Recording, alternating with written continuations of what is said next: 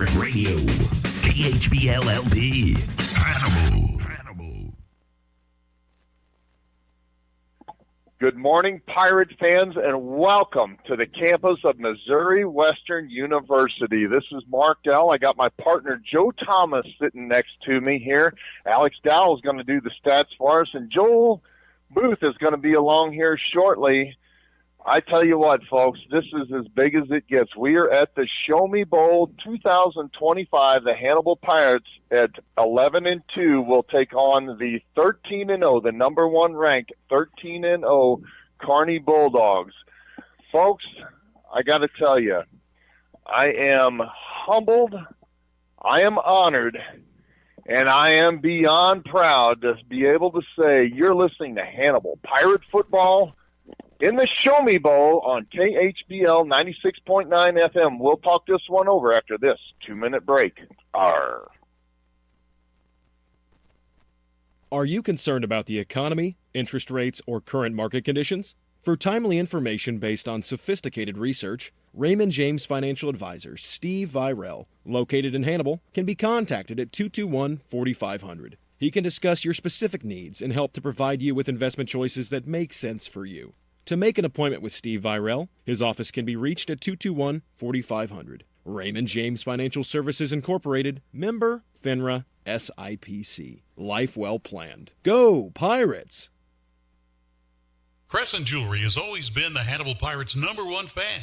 They know and appreciate the efforts and determination these young men must have to enjoy a successful season. Crescent Jewelry has used the same principles to run their business. Your local hometown jeweler for all your jewelry needs is Crescent Jewelers. They offer quality jewelry. Like the Pirates, they try hard to go that extra yard. Crescent Jewelry, 207 Broadway in downtown Hannibal since 1842. Thinking about retiring? Let us help you prepare for your tomorrow. At Benson Financial Group, we help you establish goals aligned with your values. Our professionals will build you a plan so there will be a smart place to get your money when you need it. When tomorrow becomes real, make sure you enjoy it. Our advisors would be honored to guide you as you plan your future. Benson Financial Group, built on trust, dedicated to service. Smith Funeral Home and Chapel started in 1888, serving others as they would want to be served, with reverence, respect, and responsibility. Services are personalized and specific to each family. Smith Funeral Home and Chapel is proud to have provided over 130 years of service to the Hannibal community and the surrounding area. Brent Massey and staff wish the best of luck to the Hannibal High School Pirates. The employees and directors of F&M Bank and Trust Company thank you for rooting on the Hannibal Pirates on KHBL Radio. Since 1870, F&M Bank has been cheering on Hannibal. As the Pirates settle into their new home, F&M is happy to be a part of this new era of Hannibal Pirate football. Together, F&M Bank, along with our customers, have been and will continue to be a part of progress in our community. F&M Bank and Trust Company, Hannibal's biggest fan. Go Pirates! Welcome back, Pirate fans, to Missouri Western University and the 2025 Show Me Bowl. Joe Thomas is sitting next to me. Folks, I got to admit, I knew Hannibal had a good team this year, but Joe, in my opinion, we are playing on house money right now, and what the heck, we might as well continue. You know, we might as well, Mark. I mean, these guys here, we knew we had something special earlier this year with the group of guys we have. We've got so many offensive threats that, you know, maybe more than usual, you know, in the years past, you know, in the most recent years past, we've had Aeneas, obviously, and we've had the Ferrari, Mike Ferreira in the backfield. We have A.J. Thomas back there, was just such a power halfback for us, and then, you know, always complimented by Aeneas as a running back, or that flex back receiver out of that slot that was so wickedly dangerous. And now we've added to the repertoire with Reed Holiday and Cade Hoskins, and then his big brother Trey Hoskins that has recently signed with Northwestern University as a defensive tackle. We've got Darian Washington, which is he is so close to that Aeneas Williams. He can catch it, he can run it, he can do everything. And then we've also got another sneaky, probably all-state tight end of Alex Arthod. These guys are such a threat. We've got 5, we've got 6 type of offensive threats there, along with our quarterback, Wyeth Dorsey. Wyeth has been the first game of the year starting off, Mark, we kind of talked about. It's probably a little bit of nerves kind of hitting against Elias in that first half, but we watched the Hannibal battle back from a 20-0 deficit to tie at 20-20 and to lose to a last-second field goal. And I felt it was a heartfelt with everybody there, including us there in the stands and cheering them on just to lose by literally a last-second field goal. But Elias is known for their kicking and will probably always be known for their kicking game down there. But still, these guys fought, and then continued to turn it around after that game. And, then we have that hard loss to Fort Zumwalt West there, the final the final game of the season, regular season. And I think, Mark, with that loss there in the last part of that last game against Fort Zumwalt West, it wasn't a terrible thing for the boys. They felt that loss. They felt that disappointment. And I think that gave them that energy to, like, hey, let's wake up here. We are better than this, and let's get it done. And, Mark, they have done it. The last 3 weeks, the defense has been unbelievable. Yeah, when I look at that, after that Fort Zumwalt West loss, we have reeled off 4 straight wins. That's over Mexico, 48-0, over Odessa, 27-13, over West Plains, 41-12, and then last week's absolute shellacking over St. Mary's in the semifinals, 41-0. The Pirates won that one. Yeah, Joe, you talked about it, and to be honest with you, I looked at that Helias Catholic game, and that really set the tone for the season. I have seen Pirate teams before go down 20-0 to Helias and literally tuck their tail between their legs and end up losing 45-6 or so. Something, yeah. That didn't happen. I mean, We came back, we tied that game. We gave Helias all they wanted in week 1, and that showed me a lot about the character of this team. No, absolutely right, Mark. The character of the team is they play assignment football, and I know everybody that's listening out there, they've heard this catchphrase from us here from about the second week with the boys coming in there to Frozen Sippies down at Marcus Allen's at 108 North Main Street. Oh, how much fun is that? Oh my gosh. Oh my gosh. Marcus and Debbie and those guys, they just provided us a great little, almost a safe haven there to come on Tuesday night and share the game experience with the crowd. And later in the season, we started having gentlemen come in there to the bar there with the radios, listening while we're broadcasting. And what just a cool environment to let us come down there and do that. And I can't thank Danny and Marcus for kind of creating that for us. But with that being said, these guys come out and they play this assignment football that they call. Get the job done. Everybody has their job to do as a team, and they've got it done. Yeah, that has definitely been the catchphrase for at least the past 6 weeks or so, assignment football. And the Pirates, they talk about it, but not only do they talk about it, they execute it, Joe. Man, they do. They execute it to perfection. From our passing routes to, I'll tell you what, Mark, what absolutely blows my mind is, we had a great group of guys go through there and take it to state back in 21 December this year, 4 years ago. And, go down to Faroe Field there and played Smithville. And they were a great group. They were a great team. The group of guys that are our secondary right now, it would amaze me is last week, St. Mary's was fast all across the board. And every time that they ran routes, their quarterback had nobody to throw it to besides Kingston Miles in the flat. And even at that, he had a hard time catching it. Yeah, Joe, I've been doing this for now 16 years, and I cannot recall in my mind a Hannibal Pirate defense that has been as stout as this one. When they get their legs behind them, this defense is as good as any I have ever seen at the high school level. No, you're right. I mean, these guys are very stingy of giving up points. They don't like to do it, and usually if something kind of goes wrong there, usually Coach Hoskins, who's the helm of that, he's the maestro of the defense. He ends up making some adjustments there. What I kind of figure out today, obviously Kearney Bulldogs is a very stout defensive team led by the Beaver twins, Isaac and Mason Beaver, and both of those guys are kind of miniature Brock Lesnar looking cats, and they're both of them are going to North Dakota, not North Dakota State, but North Dakota, and they're about 6'2" and 280. They're going to end up going across an offensive line from Hannibal that these guys haven't seen really this year. They're going to be going against Nicholas Thomas, a 6'6", 300-pound right tackle. They're going to be going against Noah Brown, who's about 6'3", about 270, offensive tackle. We've seen guys like this throughout the year. And so I think this is going to be a defensive battle between both teams. We do have to contend with their quarterback. It's about 6'3", 225-pound. Quarterback that likes to drop back, is not so much of a passer, but he will run and make a play. And as long as we have the Aiden Scotts, the King James is coming up there, the Casey McAfee's, Chums. We get these guys that put a hit up recently. Chums is playing like a fifth-year senior. Yeah, he is so advanced above his years of football play as a sophomore on this team, and he's going to be a stable for this team for many years here still to come. Well, Joe, you talked about it. The road to the Class 4 state championship really does these last few years pass through Kearney. So Kearney was the runner-up last year. They won it in 2023. They won it in 2021. This is their seventh appearance in the Missouri Class 4 state championship game.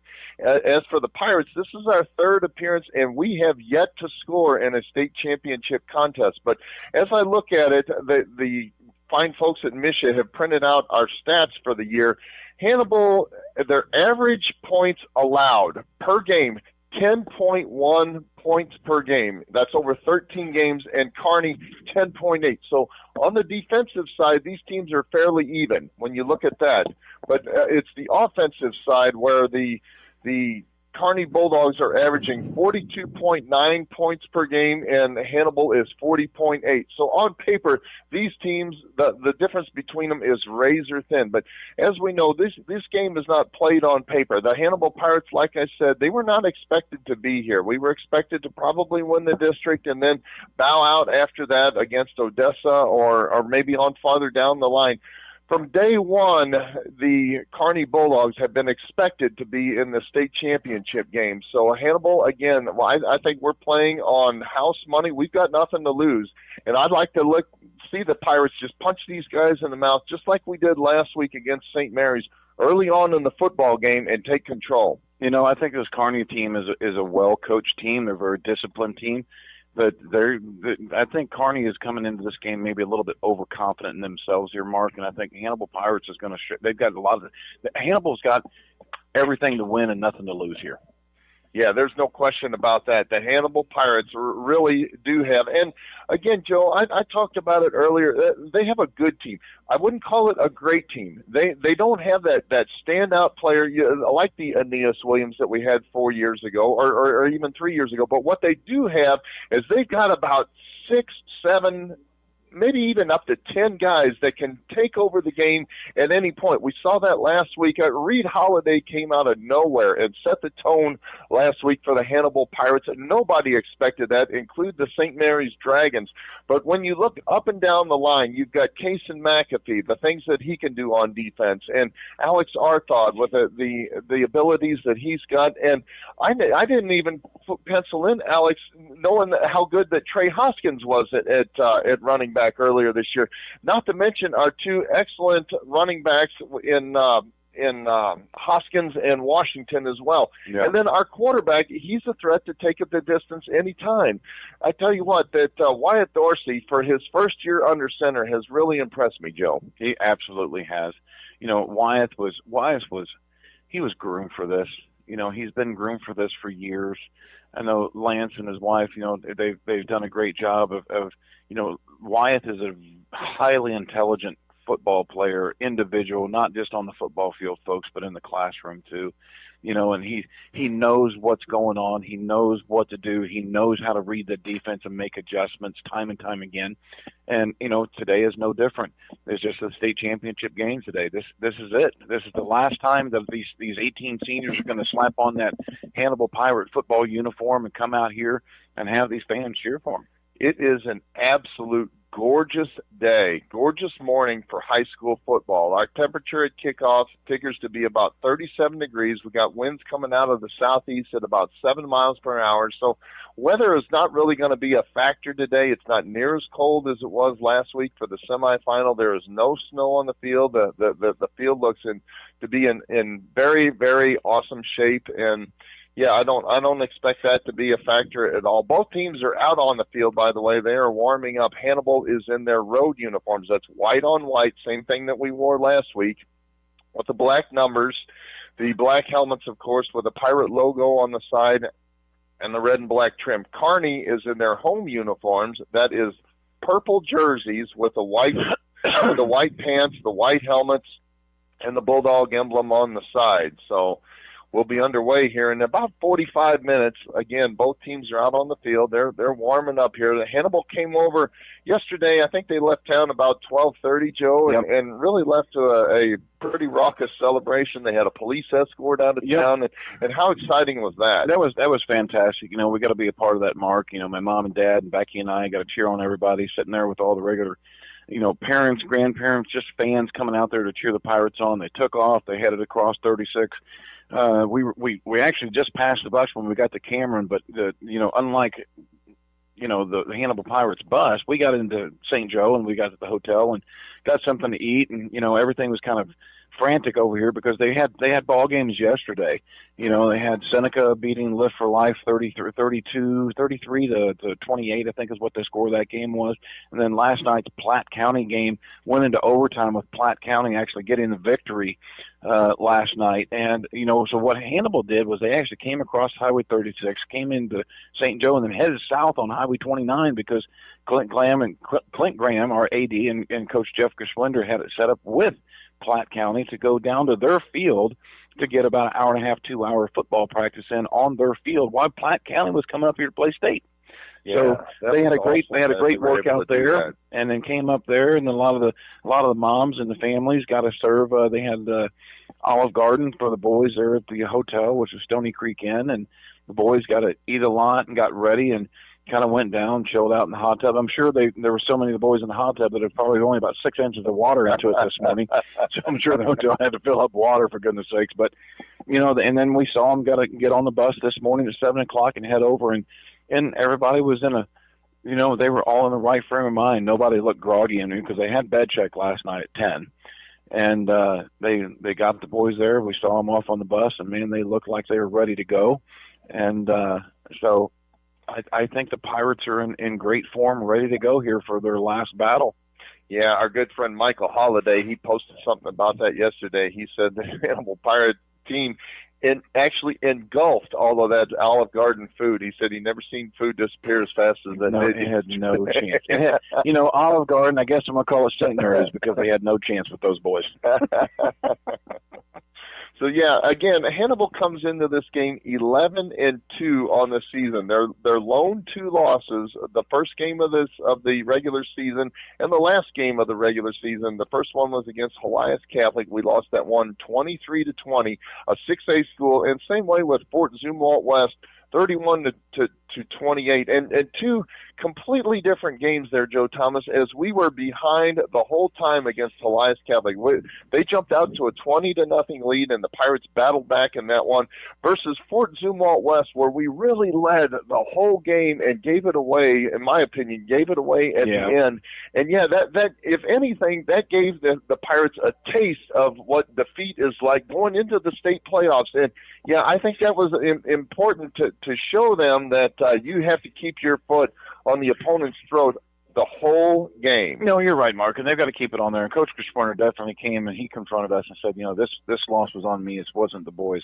He said I didn't do the right play calls. I should have kind of maybe stuck to the gun. I mean, because we came out of that game, Mark, right off the bat running, and we took it down the field and we dominated that side of it. And then things kind of changed. We just didn't see the play calling that we saw there early on in that ball game. I think everybody makes their corrections, everybody makes their mistakes, and then they correct from that. And I totally see that happening for Hannibal. Yeah, and now in between those two games, of course, Hannibal was able to win the very last conference crown, the very last North Central Missouri Conference title with a perfect, 5-0 record against Fulton at Mexico, then Kirksville at Moberly and Marshall. And we really ran our way through the North Central Missouri Conference. We had our way through that conference. Nobody really gave us a chance.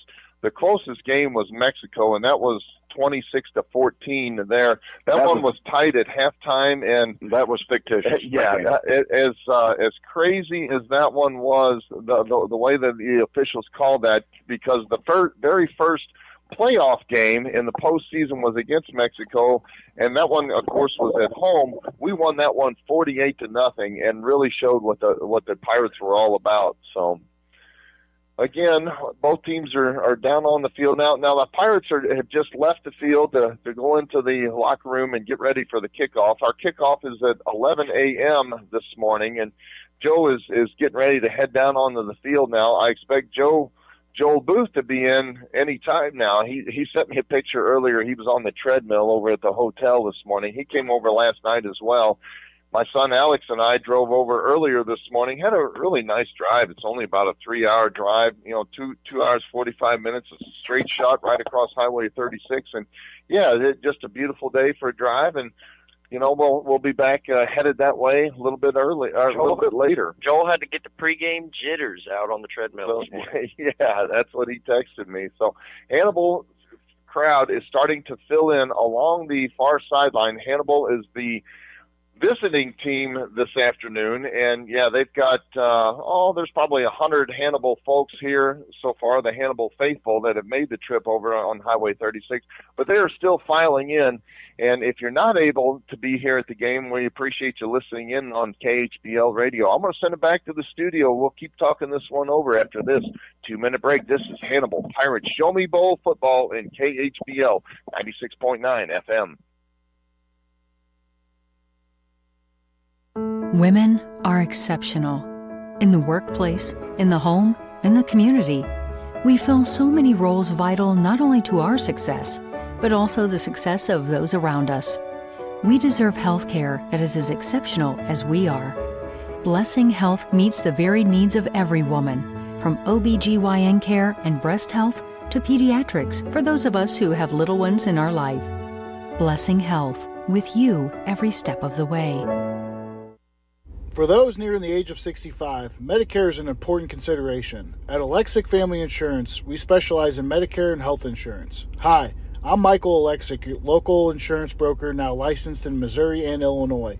Whether it's Medicare, health, life, or supplemental insurance, we can provide dedicated services to you and your loved ones. Our phone number is 573-570-4476, or we can be reached at alexicfamilyinsurance.com. Alexic Family Insurance, protecting your future one plan at a time. This is Marcus Allen, the owner of Frozen Sippies at 108 North Main Street in historic downtown Hannibal. Frozen Sippies offers a family-friendly atmosphere with frozen slushies for all ages. We're proud to carry Papa Murphy's Pizza for dine-in or carry-out. We have pool tables, dartboards, plenty of space to host private events, including bridal showers, birthday parties, and more. Phone number is 573-603-1113. Frozen Sippies, bringing a taste of paradise to your hometown. I'm Jordan Foey. And I'm Brad Kurz. We are your Edward Jones financial advisors in the Hannibal region. We're all about financial investments, but we also value the investments of time, patience, and encouragement of our young athletes receive from their coaches and teachers. That's why Edward Jones is a proud sponsor of Hannibal Pirate Football on KHBL. For all your investment needs, 573-221-1302 or edwardjones.com. Edward Jones, member SIPC.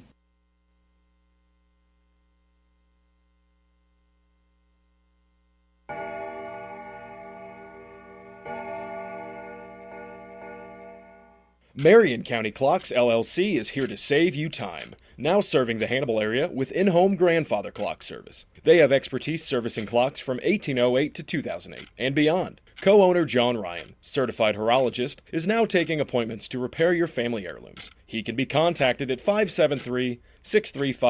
0071. For more information, Marion County Clocks LLC can also be found on Facebook. Marion County Clocks LLC, 115 South 4th Street in historic downtown Hannibal.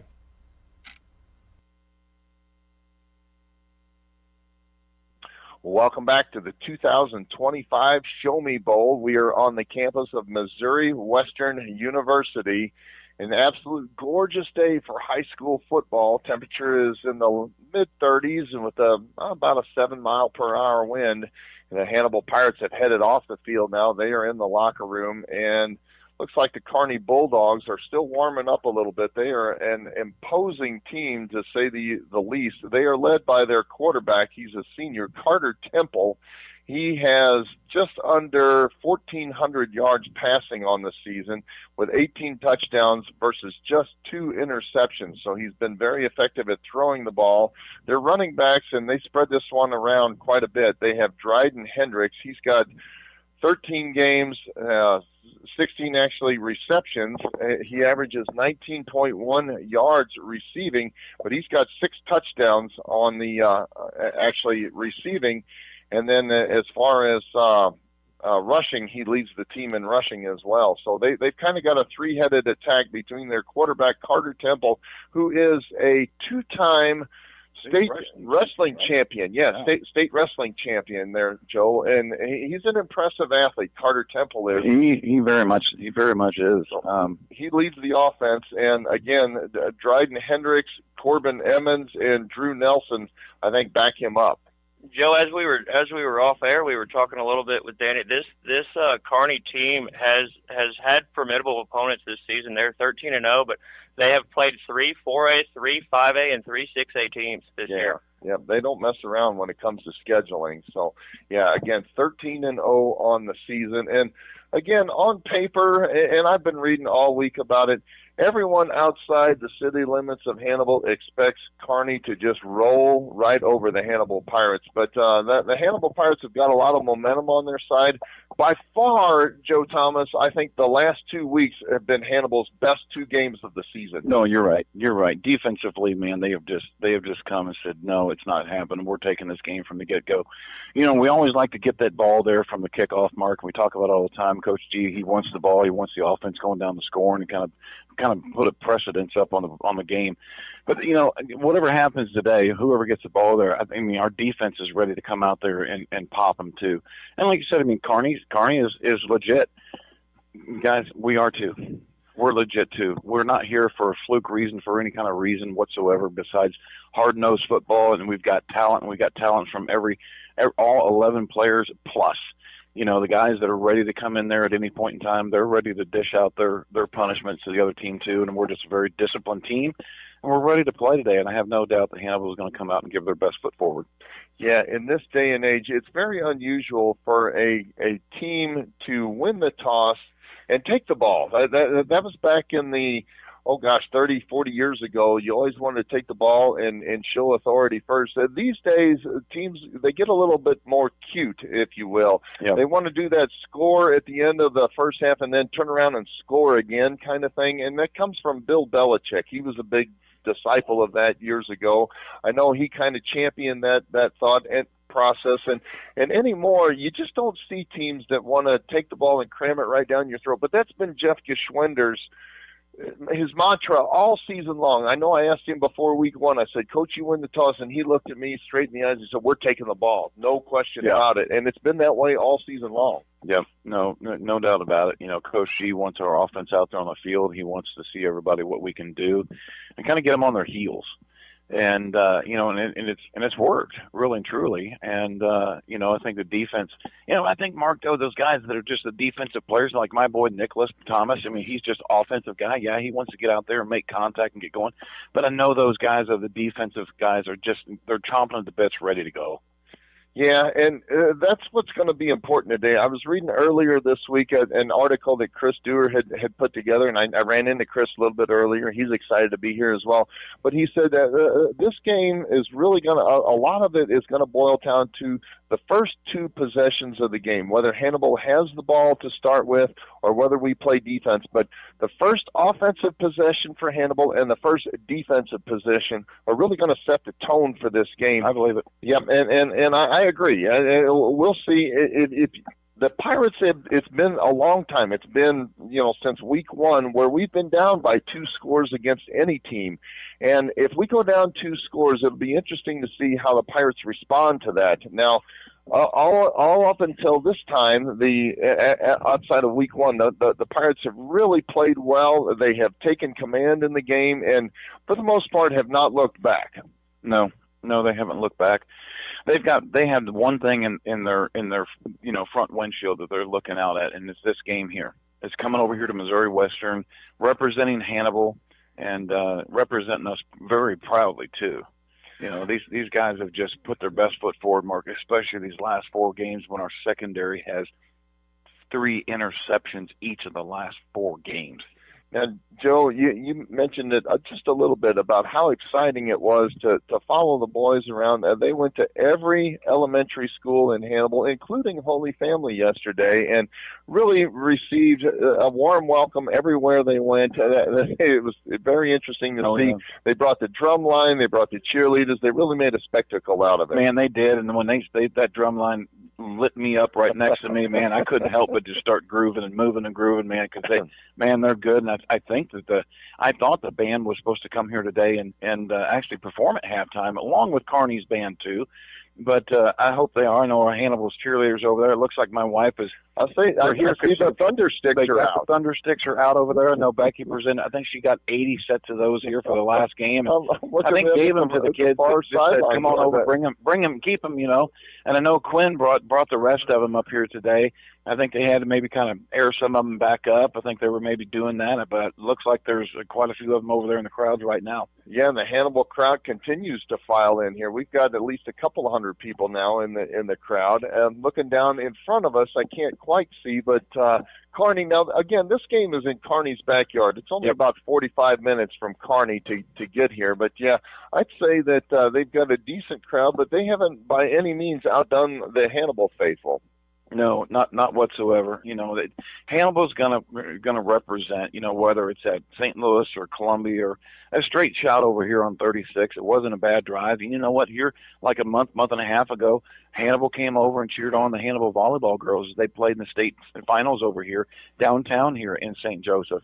And they come over here stronger here for the boys on the football team. They're still coming in. I'm sure we still got 30 minutes till game time. I'm sure they're still hanging out in the parking lot. Heck, I think Joel Booth is still out there. I'm saying, how much fun was that this morning to come over with the Sims clan and have a little tailgate party there? They had the Blackstone Grill fired up, and they were making egg college game day on the back of the TV. Yeah, it was impressive. I tell you what, I haven't been to a college party, a tailgate party that was as good as that one this morning. It was a little bit chilly out there, but it was a little chilly. We had a little libations to go with us, so it was a good time. Well, I'll tell you what, it was a great time there. Hannibal come to play. Mark, I'm going to kind of go a little bit off topic here. There's been a group of guys here this year that really have kind of struck a chord with these high school kids, and I think they're a relatively new group. It's called a celebrity media group. They call CMG, and they go around and they really, really emphasize the football for the state of Missouri, and they do some basketball too, but they're really big football promoters. They go to these games, they do predictions, they do stuff like that. And I know my wife's got into watching these guys. Like every weekend we're looking to see what they're going to say. And they're young guys. And Mark, I was sitting here earlier and I just so happened to look right here to my left. The guys are here in this booth next to us here. Okay. Yeah, and I thought I recognized we're watching all these guys on Instagram doing stuff, and I went over to say hi to them, and they were very thankful and just real appreciative of everybody kind of keying on them. Those guys come down on the sidelines. They were here yesterday. We watched all their stuff with the game highlights from yesterday's games. And so it's pretty exciting. We kind of talked a little bit about Kearney, a little bit about Hannibal, but it's kind of cool to see these guys. I know Nicholas is going to be a little bit starstruck when I send him the pictures that I have with the guys, but one of them actually was one of the umpires at the Mexico game earlier this year. Okay. That he said, "I did." rather let our customers surrender on that. Apologizing, yeah. I apologize for that debacle. Now, how cool would that be to hang out at high school football games and do the kind of blogs that they do? And they do an excellent job. But yeah, that would be. And they turned a hobby into actually a money making business. A money making business, yeah. And I can see these guys definitely probably selling to Fox Sports at some point in time and making a good mint on that.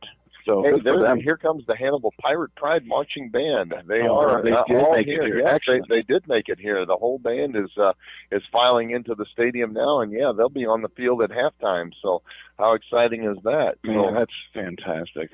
Well, we got about 25 minutes before kickoff now. Again, the Hannibal faithful continue to pile in, and this kind of reminds me of 4 years ago, Joe Thomas, when we were down at Columbia, and just throughout the first quarter, they just kept piling into the stadium. I was surprised, and I'm not quite as surprised today because it's a straight shot across Highway 36. It's fairly long drive, 2.5 plus hours, but it's an easy drive. You just put it on cruise and head on over. Oh yeah, I was a little bit nervous yesterday. I let my dad do the driving the whole way. I said, let me go ahead and take this and get it on over there. But I had a blanket in the back seat, and boy, I put that blanket on, and it just took me to Sleep Town there until I got to Bevere.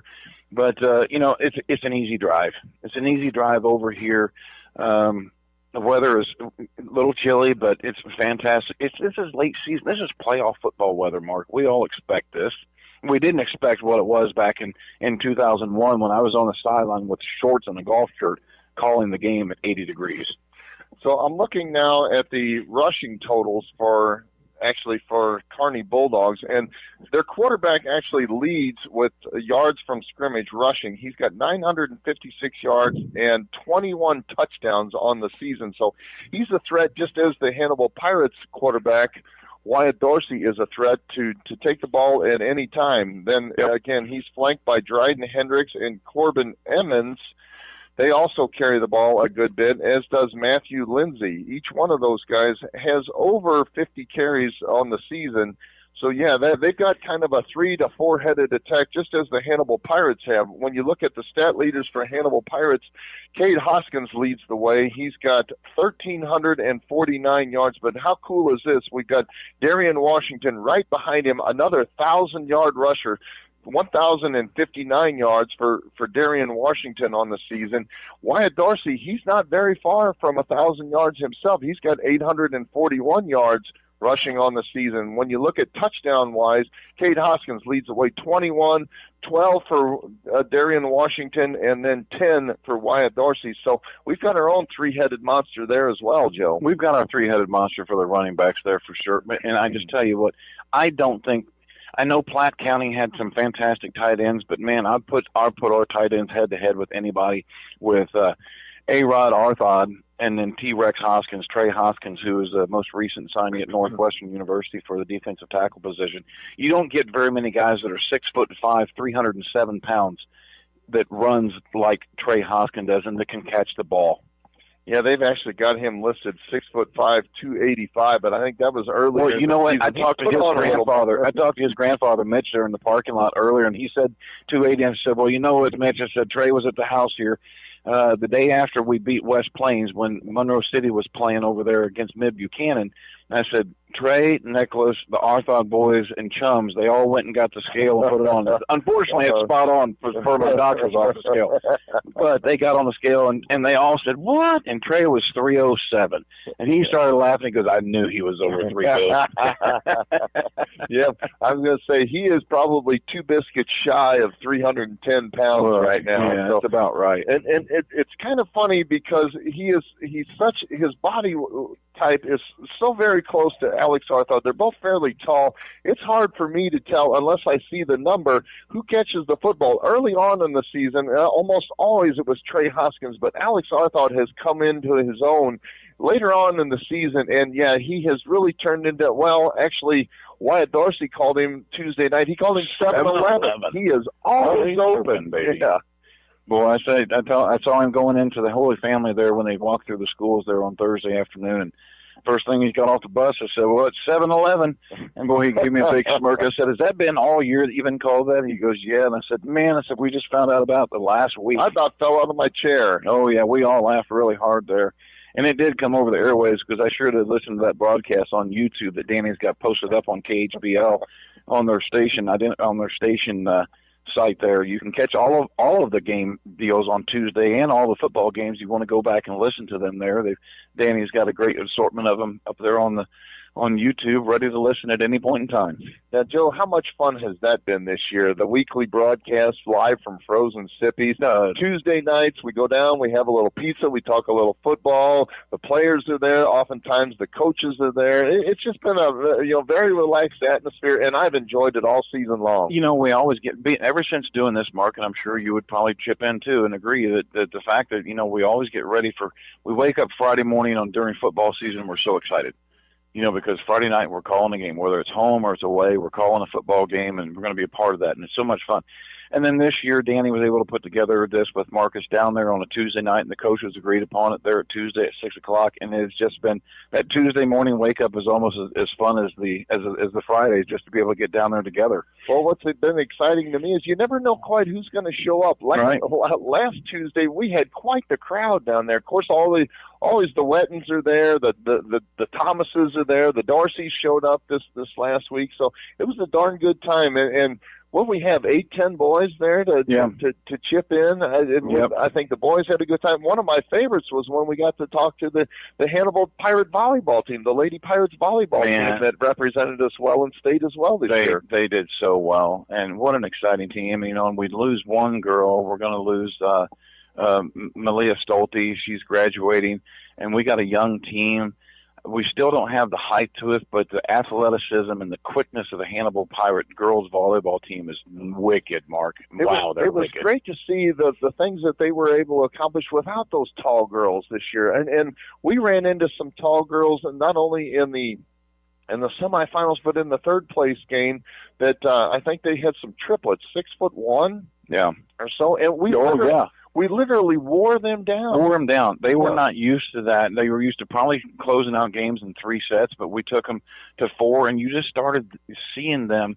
We were there. We got a person to see it. Lance Dorsey and I and my wife, we were caught on Misha TV acting a fool there in the stands and, cheering them on and going crazy for them. And those girls on the opposing side from Webb City, they just faltered. They got tired, and they got lethargic, and they just weren't moving around. And our girls were never tired. Of course, we had a couple of the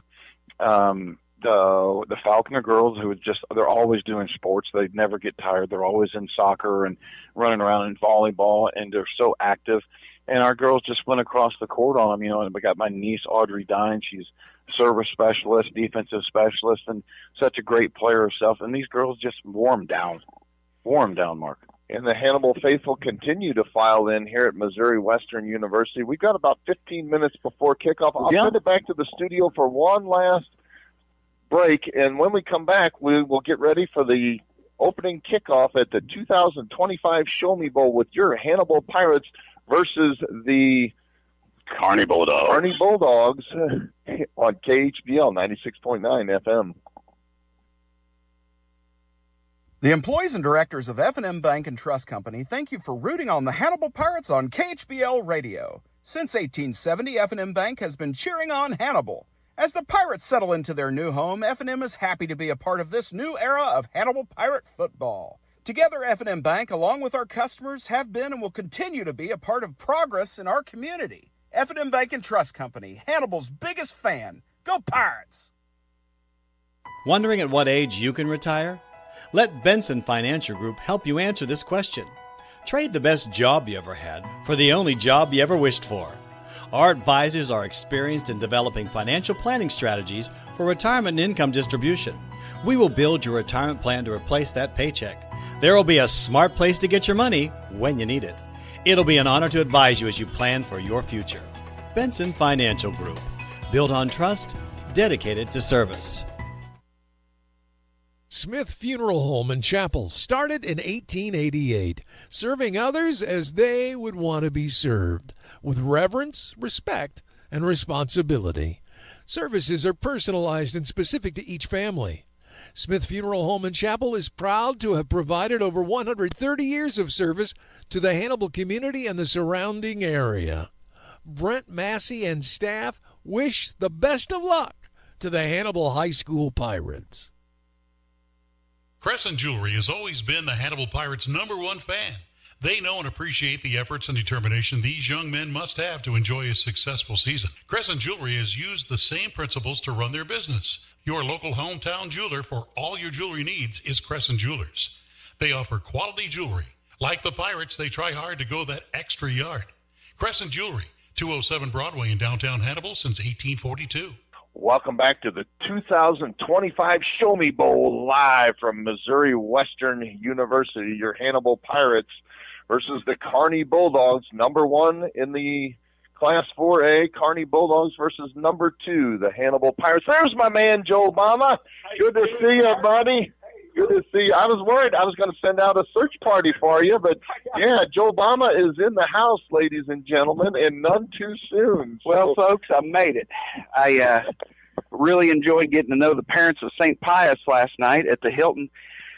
Apparently, I got to know him a little too well. I was going to say, Joel has never met a stranger, for those of you who don't know him. I accidentally partook in the spirits last night with the parents from St. Pius. Hey, wonderful like a people. Good idea at the time. It was a great idea, and this morning I woke up and, well, I got on the Peloton, let's put it that way. So what, Joel, I did not catch, what did St. Pius do?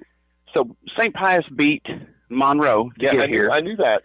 And they are playing Blair Oaks. So they are. Okay. Are they after this game? They are. They're the 3 o'clock game. Oh, all right. Yep. So, all right, both teams are headed out onto the field now. The Hannibal Pirates coming into the end zone from the right to left. That would be the, what would you call that, the east side there? Sure. Joel? Yeah. Southeast side. I believe. So, yeah, they're headed out onto the field. And here come the Kearney Bulldogs from the northwest side of the field. And we'll be underway here shortly. So we talked about this matchup earlier. On paper, these teams couldn't be closer.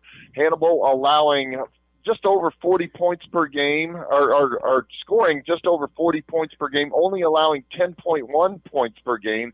And Kearney, just over 42 points per game, only allowing 10.8 points per game. But again, Kearney has played 3 5A and 3 6A teams early on in this season during the regular season, and they've really run their way through the playoffs here.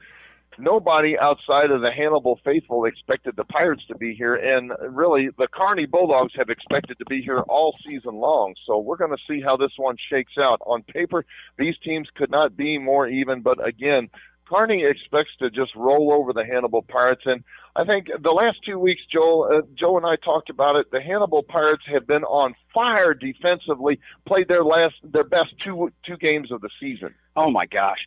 When you saw Ben Worthington come back for his first game after turf toe, we knew something special was going to happen, right? But I tell you what, pound for pound, that kid hits harder. I've said it a million times, and I'm telling you what, King James, did you watch? King James stepped up his game when Benny got back. He did. I noticed that. So the Missouri National Guard is now presenting the colors, and I'm going to send it back to the studio for our national anthem.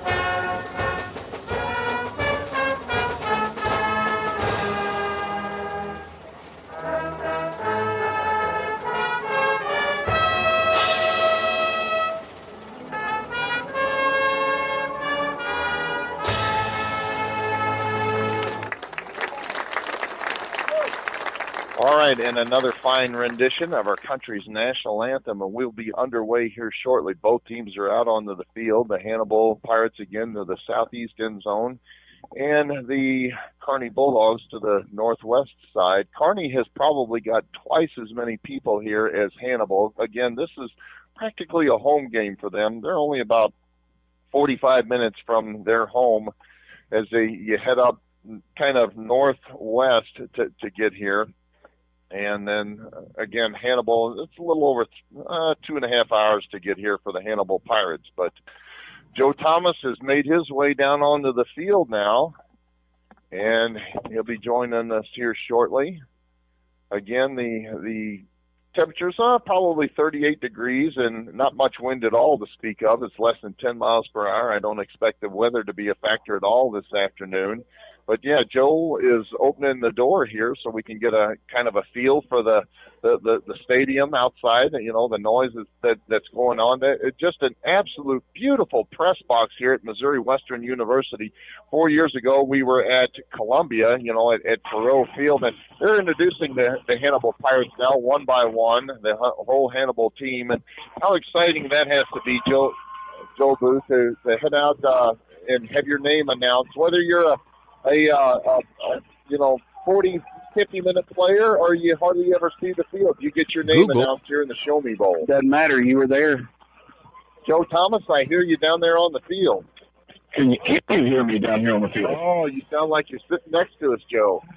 Fantastic, Mark. I'm over here about the 5-yard line here on the west end. Yeah, and it looks like the Hannibal Pirates are fired up again. They're going through introductions here. Every single player on the team, whether you're a freshman or you're a senior, you get your name introduced here at the Show Me Bowl. And how special is that? I remember seeing that the first time we went to the Show Me Bowl down in the Dome, and I thought that was pretty darn cool. Oh, man, I love it. Yeah, such an awesome experience, Mark, down here for these guys to do exactly what you just said up there in the booth. These guys get the recognition. It's been a long year.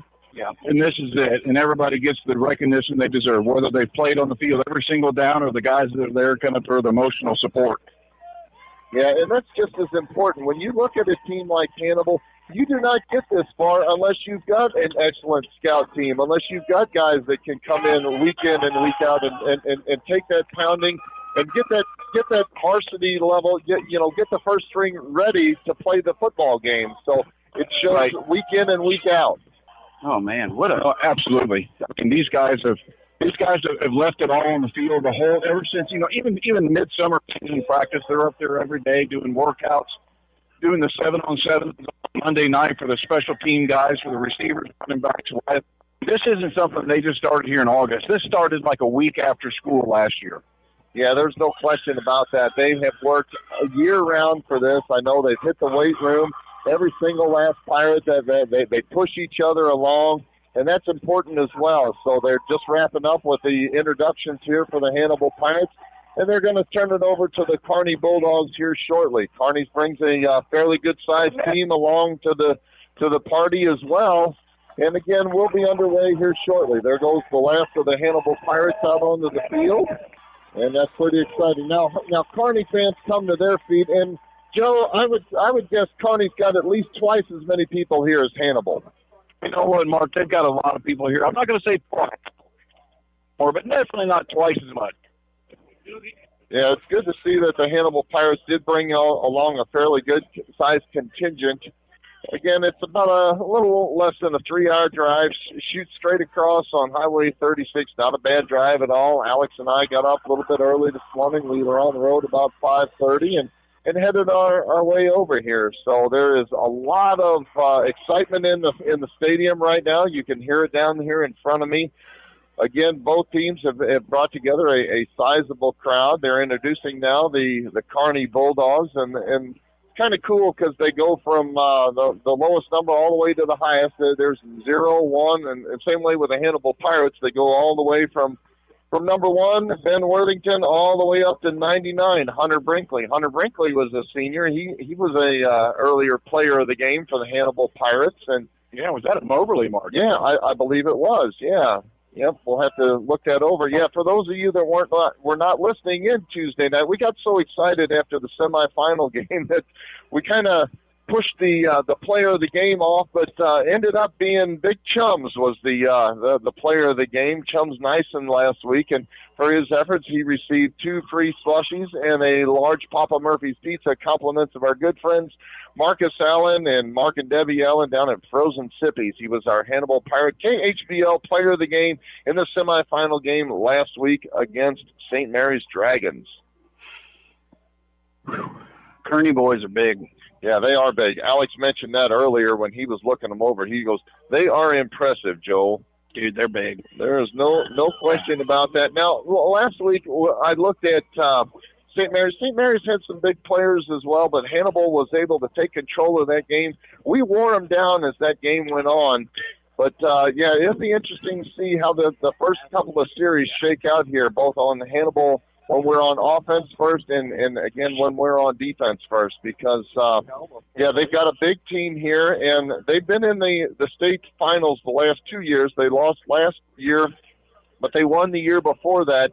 And within the last 8 to 10 years, the road to the Missouri Class 4 state championship definitely runs through Kearney, Missouri. I'm telling you what, and they know it too, and they've been here before, and this is second nature for them. Well, Mark, while we got a second, I'm going to give a shout-out to baby sister who's from Cape Girardeau. They're listening to KHBL.com right now saying, "Go Pirates." All right. Excellent. Yeah, that's great. Jennifer Lovegreen. We have got Pirate supporters all along the Hannibal Pirate Network here. I'm sure that there's been a lot of people listening in. I got a lot of text earlier this week of guys that were going to tell me that they were going to listen in all the way from Ohio down to Union, Missouri, my old stomping ground. I know they're listening in. They're excited this evening or this afternoon. And we've got a lot of people. I'm sure there's a big crowd down at Frozen Sippies as well. No question about that. And Joel, we talked about it before you got on the air with us earlier. How much fun was that Tuesday night to talk to those boys after that semifinal win? Dude, was that not a highlight of your entire week? Like, oh my gosh, that was so much fun. And just to watch the swagger from Reed Holiday, the calm patience of our quarterback wife Dorsey, and the fired up nature of Nick. How cool was that? Oh my gosh, I got a little tear in my eye when I got to go see Nick sign his letter of intent to go play at Eastern. Oh man, that was so cool. And on top of that, Trey, he signed his letter to go to Northwestern. I mean, you're not a big dumb lineman if you're going to Northwestern. There's no question about that. Yeah, that was really neat to see that picture of you and Nick Thomas. I was like, there's Nick with his new agent. Oh, that was so funny. All right, I've got a long-distance shout-out. I've got already Cape Girardeau, Missouri, and I've got also Chicago, Illinois, with Grace Dine, my niece up there with her fiancé, Patrick. Oh, wonderful. Football coach up there. Wonderful. That's good to have the Dines on the call as well. Grace, welcome to the broadcast, and we're glad you're able to listen in to the 2025 Show Me Bowl. We are going to be underway here shortly. Joe, are you going to try to head out onto the field and capture the coin toss? Well, if I can find where the head official's at, which I think he's over at Kearney's side, I didn't get to talk to him. But Mark, it's going to be announced over the PA system. So I was going to say, if you want to just head out there like you own the place, I'm pretty sure they're not going to try to move you. You've got the armband, so that's as official as they get. I've got the armband, and I may try to do that there. Go for it, brother. I'm going to go talk to one of the officials here real quick. Do anything until they tell you not to. That's no question about that. All right, the Hannibal Pirate captains are getting ready to head out onto the field. That is James Letton. Are you guys okay if I come out? Trey Hoskins is one of the Hannibal Pirate captains. Number 58 is Patrick Artaud, and Jason McAfee is one of the other ones. So I can tell he's giving Joe an earful about coming out onto the field. Well, there. Go get him, buddy. Go. Joe is heading out onto the field. Yeah. Go get him, buddy. I'll say you act like you own the place, and nobody's going to say anything. So, well, I got best speech from high school football. Antonio Sykes is one of the officials here. No way. Portersville, Missouri. Oh, boy. Oh, how cool is that? So, hey, get a selfie. Yeah, Joe is actually sneaking into the huddle as we speak here. Do you have any questions on the right here in the middle? Coaches, any questions? All right, coaches have been Hannibal, you are the visiting team. Bishop, And Hannibal's going to make the coin toss. They're going to call the toss. They share the call. You have won the toss. Kearney's won the toss. They have deferred. Hannibal Pirates will receive the ball. Either way, Hannibal looked to receive the ball because if we win the toss, you know we're going to take the ball. Kearney did win the toss, though. They defer. Hannibal is going to receive the football. They are going to defend the northwest end zone, and they'll be headed left to right across your radio dial, and we will be underway here shortly in the 2025 Show Me Bowl live on KHBL Radio. Okay. The Langlois from Tangipahoa Parish. Oh, man, Mark, it is electric down here. Kearney's electric. Probably, I would think we got close to 1,000 people here. So that is cool. It is good to see. These boys have worked hard all season long. And, yeah, it's good to see that both communities have come out to support the boys as well. Well, my cousins, the Langlois, are up at Deer Camp in Iowa. I love you guys. I'm glad you're listening in. Have fun. Get a big one. Oh, it literally does not get any better than Deer Camp and Hannibal Pirate football on the radio. All right, the Pirates back up now to receive this kickoff. Over on the far sideline is Washington, Darian Washington. He's standing in his own 10-yard line. Cade Hoskins is at his 5, and he is flanked to his right by Reed Holiday. Reed Holiday's first kickoff. Yeah, you can spot those orange shoes anyway. Reed Holiday standing in his own 7-yard line.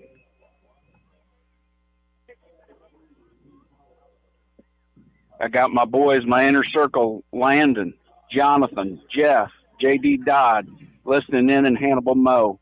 Kearney's kicker is a junior by the name of Grant Bogert, and he's going to take the ball from the official. He'll spot it at the 40-yard line along the right side hash mark. That's the far side, and we will be underway here shortly. Everybody stands up and gets ready for the kickoff here in the 2025 Show Me Bowl.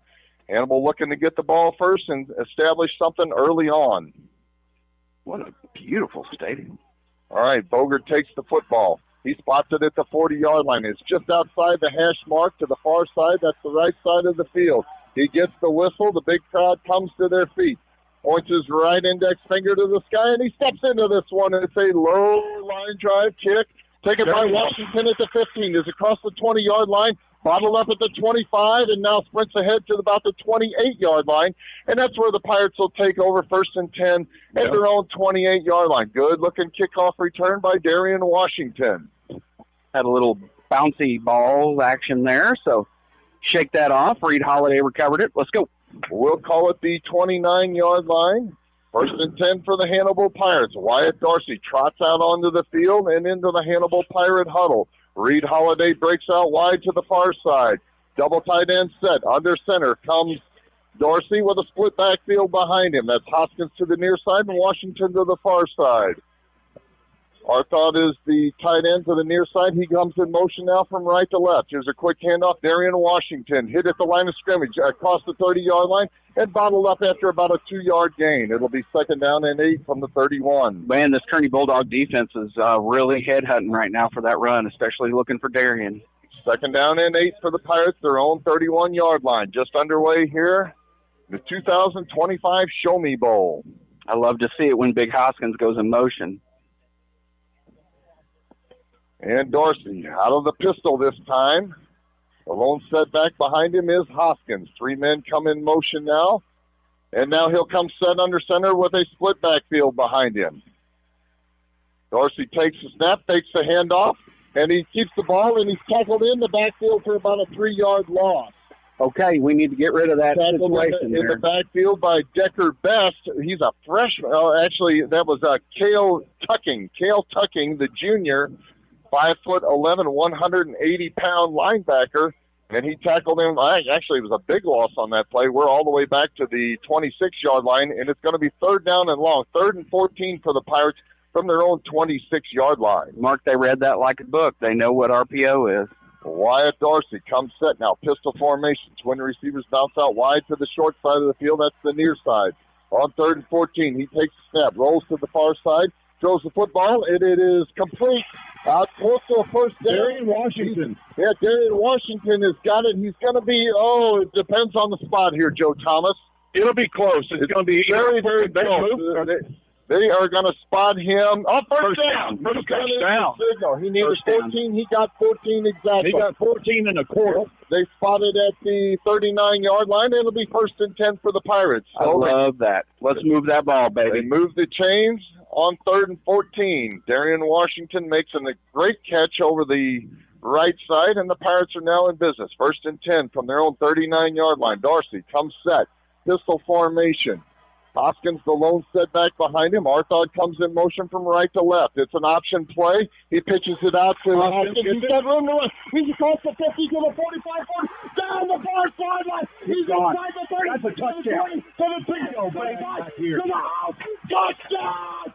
Touchdown, Kane Hoskins! Back here, though, Mark. We got a flag. Hold everything. No, there is indeed laundry on the field all the way back at the 40-yard line.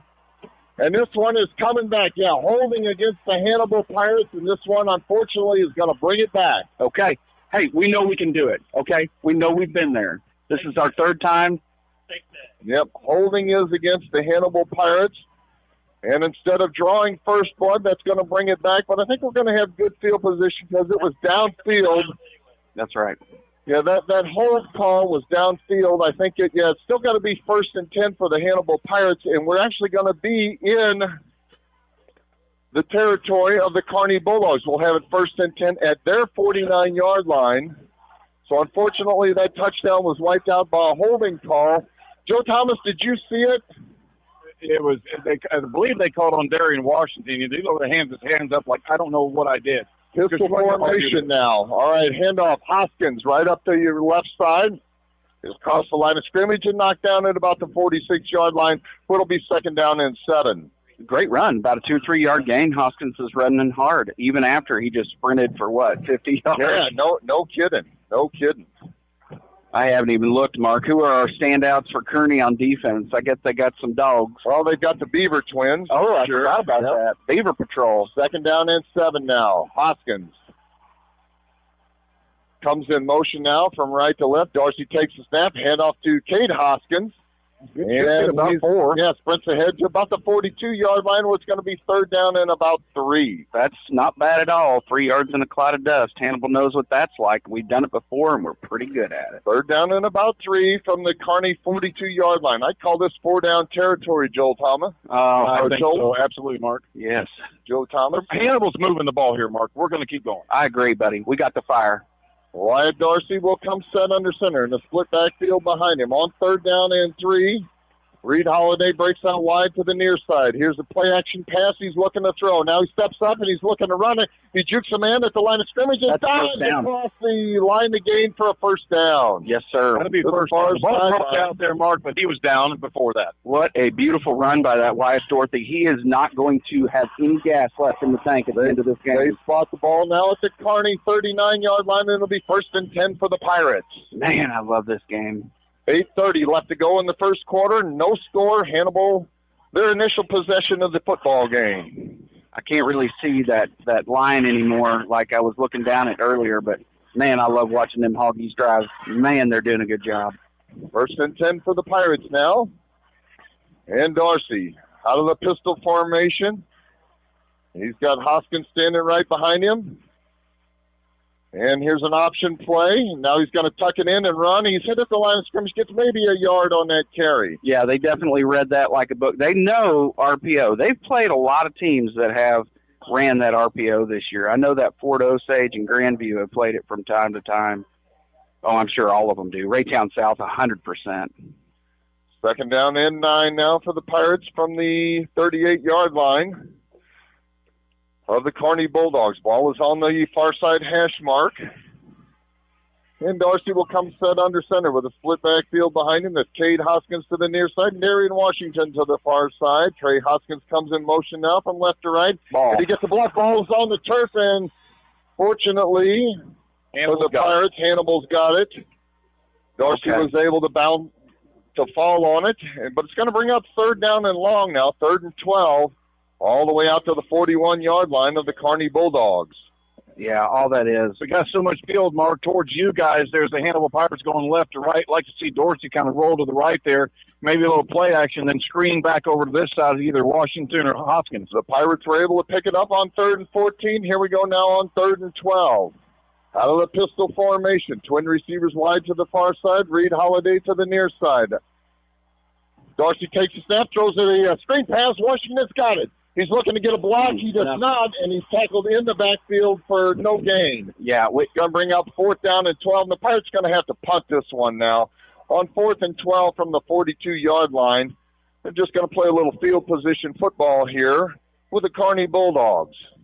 You know, Mark, there really was just a few simple mistakes. Let's chalk that up to nerves. Yep. Let's play a little defense. Shame that touchdown came off the board after that holding call. Yeah. Darian Washington now standing in his own 45. It's a high snap, but he brings it down and he gets the punt off. It's going to take a Pirate bounce inside the 20-yard line and roll down into 17, and that's where the Kearney Bulldogs will take over 1st and 10 from their own 17-yard line.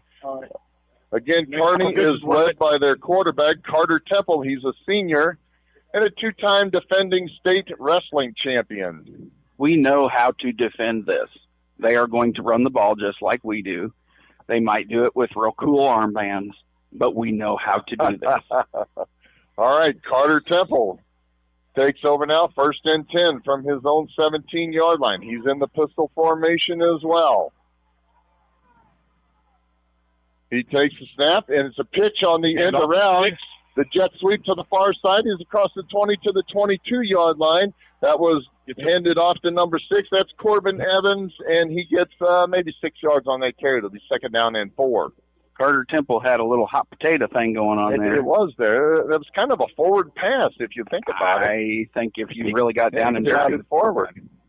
2nd down and 5, we'll call it now. And Temple, again, out of the pistol formation, comes set. He's got Hendricks behind him as the lone setback.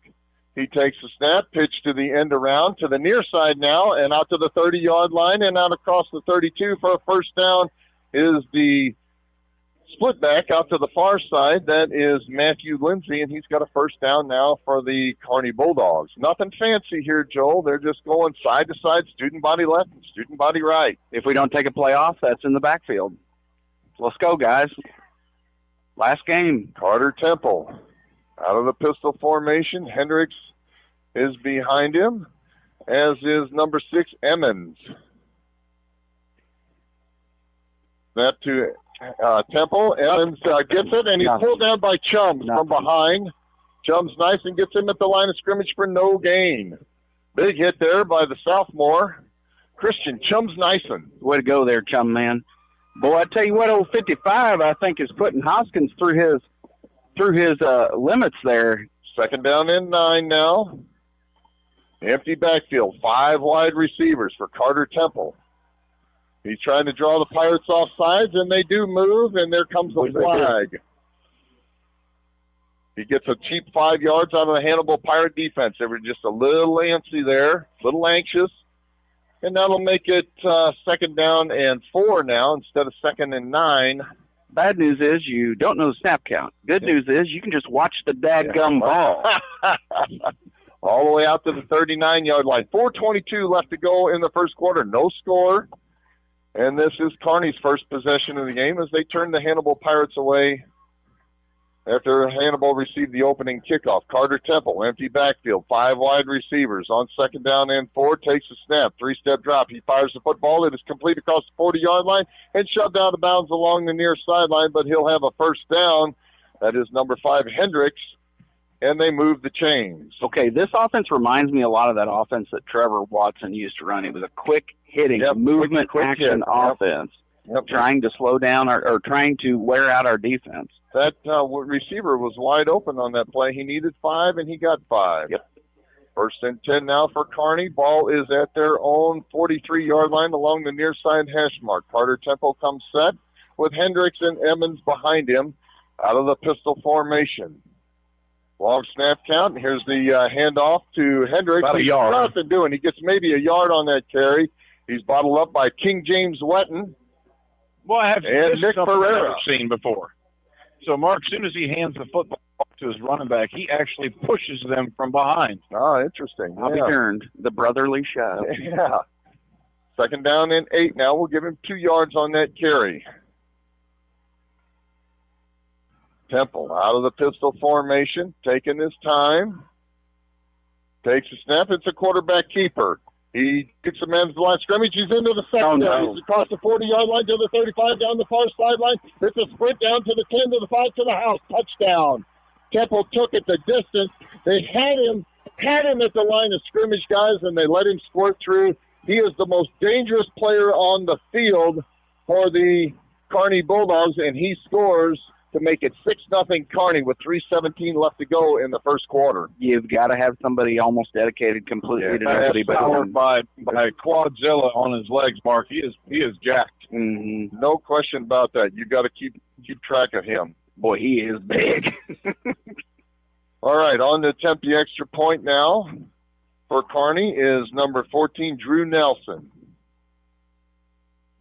Snap is back. It's a good one. The ball is down. The kick is short, but it sails over the upright, over the crossbar to make it 7-0 Kearney with 3:17 left to go in the first quarter. You're listening to Hannibal Pirates in the Show Me Bowl 2025 on KHBL 96.9 FM.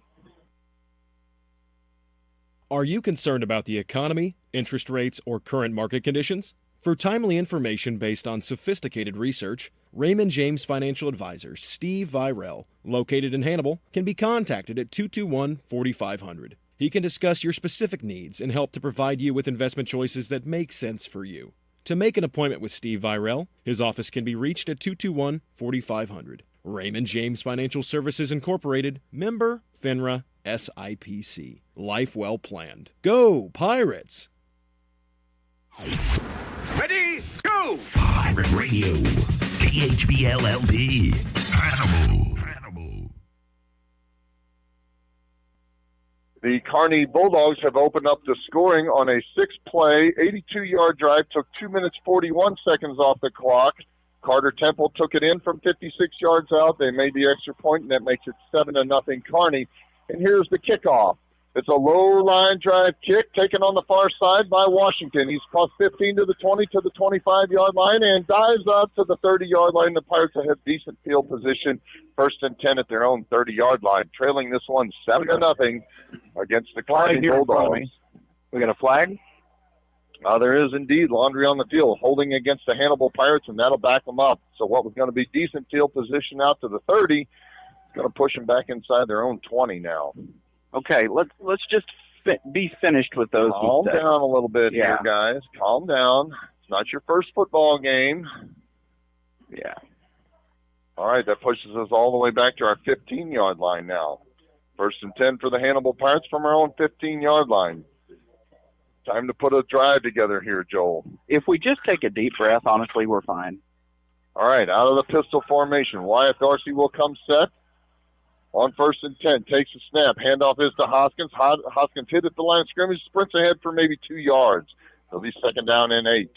I don't think we failed to say this, but acknowledging the simple fact that this is not going to be easy today. Oh, no. This will be the best team that we played all year. But, Joel, if you want to be the best, you've got to beat the best. You've got to. And these guys have it. They have it. A couple of mistakes. And they're right there, guys. You can't afford to make mistakes against a good team like Kearney, though. 2nd down and 8 now. Pistol formation. Wyatt Dorsey with Hoskins, the lone setback behind him. Trey Hoskins comes in motion now from left to right. It's an option play. He's going to keep it. He dives across the 20-yard line, and out to the 22. He'll be about 3 yards shy of the 1st down. You know, I like the idea. I like that the running back stuck with the QB. It'll be only about 2 yards shy of the 1st down. It'll be 3rd and 2 from the 23-yard line. Big play coming up here. Joel, you don't want to give a 3 and out by any means. Absolutely not. No way. You've got to get it first. Not after giving up that first touchdown of the game. No, you got to keep your defense off the field for a little bit. 3rd down and 2. It's interesting that they post the ball outside of the hash marks. Those hash marks are set on the field for college teams, and they're a little bit wider for high school, so they just take their best guess. And they move taking a timeout here. And the Pirates are going to take a timeout, folks, with 1:47 left to go in the first quarter. We'll take it with them. Hannibal trails this one 7-0. You're listening to Hannibal Pirates in the Show Me Bowl 2025 on KHBL 96.9 FM. At Blessing Health, we believe every woman and her healthcare journey is unique. So our OBGYN specialists offer care for all of life's phases. Whether you're navigating life's changes, embracing new beginnings, or caring for your health, because they depend on you. No matter where you are in life, you'll find us there, giving both of you exceptional care close to home. At every stage, we're here to support you. Blessing Health, with you every step of the way.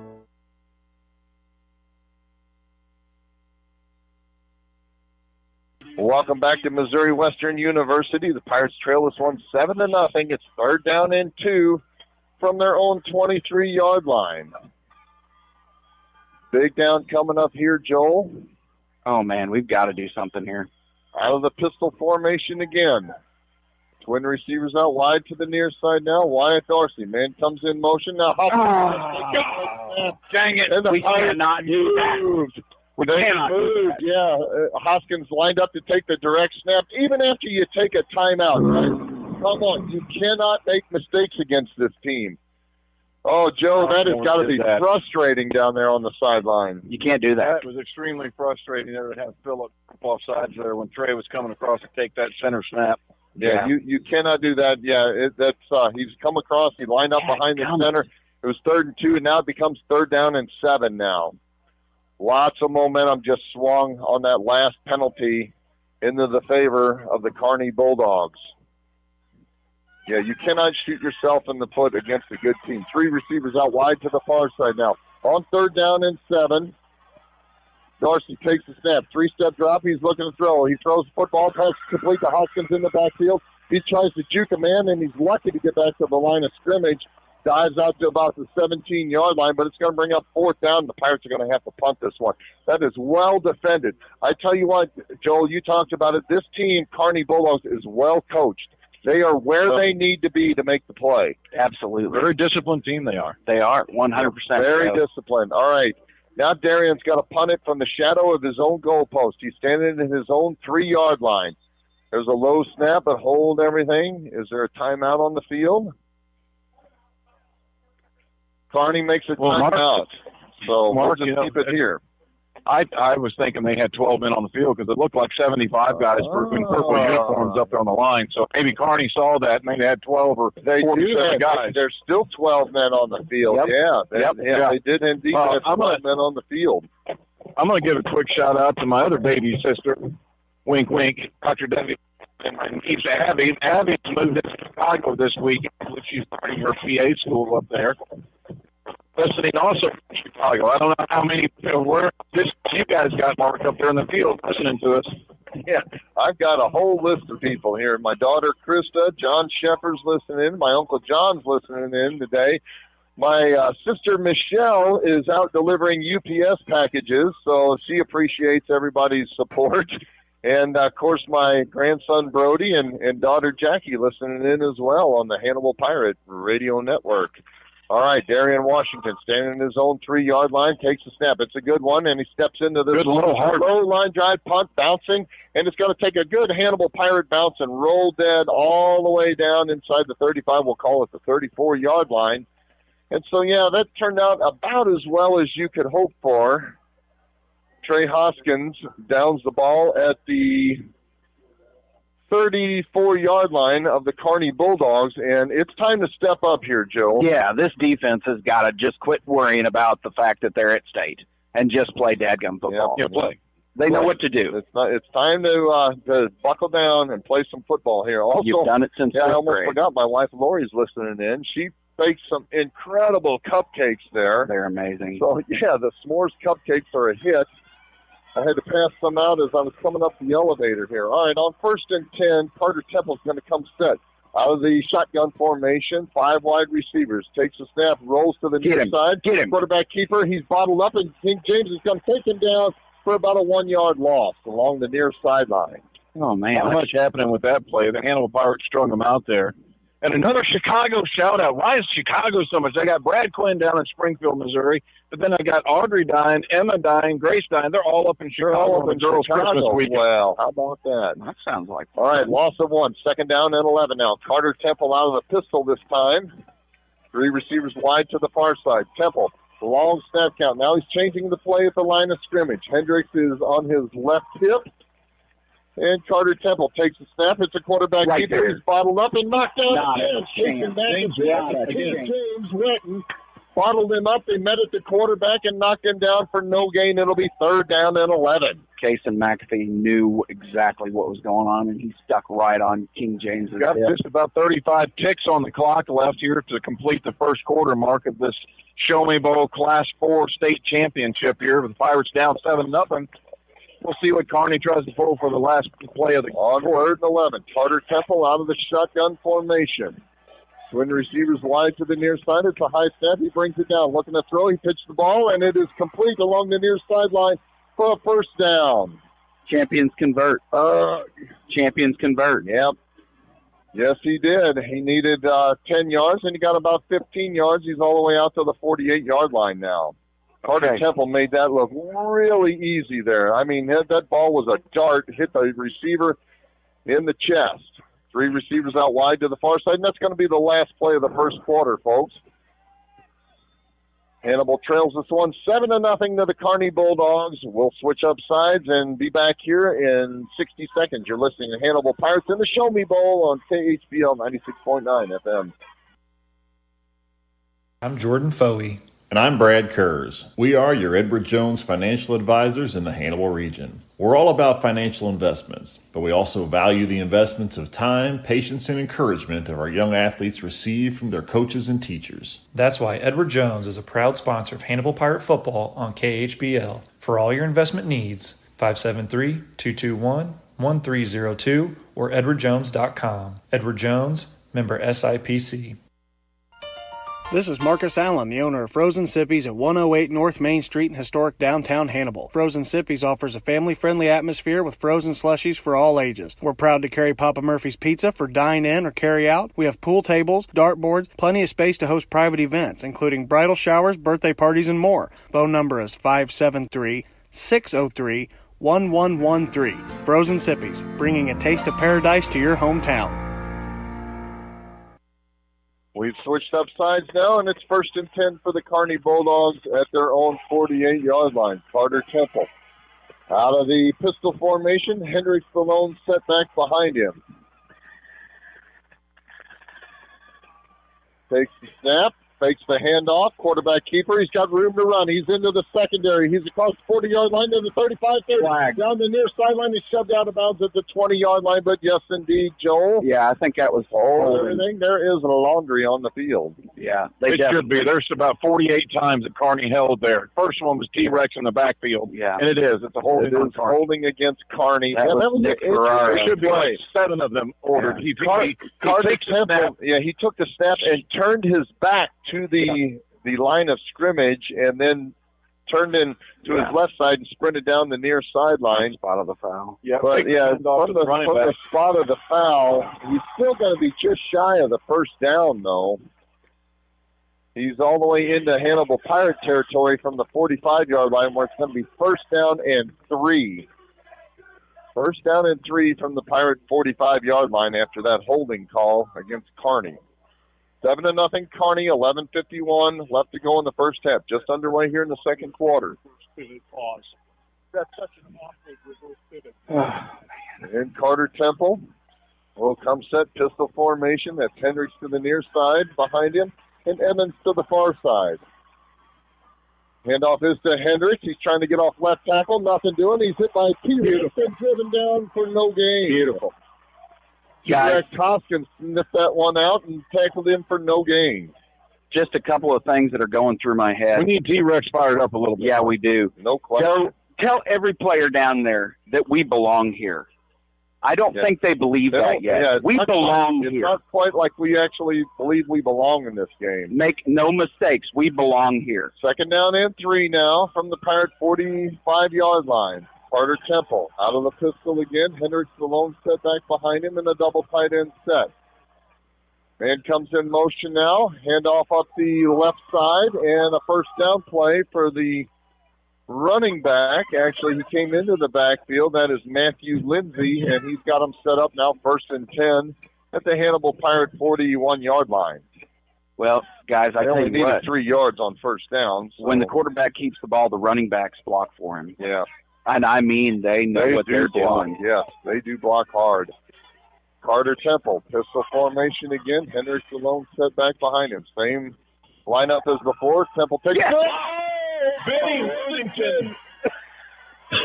Oh, Benny boy, that was first close. interception. That was close, buddy. Benny jumped up at perfect time, deflected it dead on, dropped that ball. Yeah, it hit him right in the hands. Yeah, and he wasn't expecting it.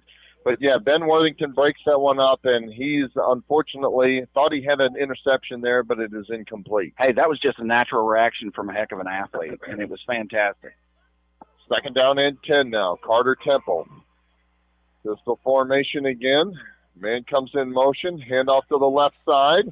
Hit at the after a couple of line of scrimmage there by James Wetton, and hold everything. There is, again, laundry on the field. Yeah, there is a holding against Patrick Arthod. As a James matter of Wetton fact, brought him down for just a couple-yard gain, but this one's going to come back for 10 yards. if you watch On the T-Rex, holding call. there's almost every time you could almost call it a chop block. They are illegally blocking him. Been pretty good officiating so far. Oh, yeah, they're doing a fantastic So they're job. doing all right. Boy, But you could really call it if you wanted to. that brings it back to the Kearney side of the 50-yard line. They've got it now 2nd down and 20 from their own 49-yard line. Big time stop here needed for the Hannibal Pirate defense. 2nd down and long, 2nd and 20 for the Kearney Bulldogs. Carter Temple out of the pistol formation. Man comes in motion now from right to left. Takes a snap, pitches the football. It is incomplete. Oh, too high. Nick Ferreira had a shot at it. It fell just in front of him. It's going to bring up 3rd down and 20, though. Guys, the ball was tipped, and it looked like for a minute that Nick had a shot at it. I'm telling you what, this quarterback guy, the Russian is cut. He's human. He makes mistakes. Okay? It's all right. Drago has been hit. That's right. Let's go. We're okay. 3rd down and 20 from the 49-yard line. This team has never been behind. Of the Kearney Bulldogs. They're undefeated, but they've never been behind. 3rd and 14, Temple takes a step, 3-step drop. Now he backs farther. Now he's got pressure up the middle. He's going to run it down the right side. He's got room to run. He's across the 40 to the 35, shoved out of bounds. But I think he's got a first down. He does have a first down. Yeah, he's got a first down. He needed 20 yards, and the Pirates let him get it. That is very, very disappointing there. Well, it cost him because, you know, if you're going to run with the ball and King James is around you, you're going to take a hit, and that's exactly what happened. He took a hit, but not until he got a 20-yard gain. That's fine, but it ain't going to happen again. Yep, 1st and 10 now.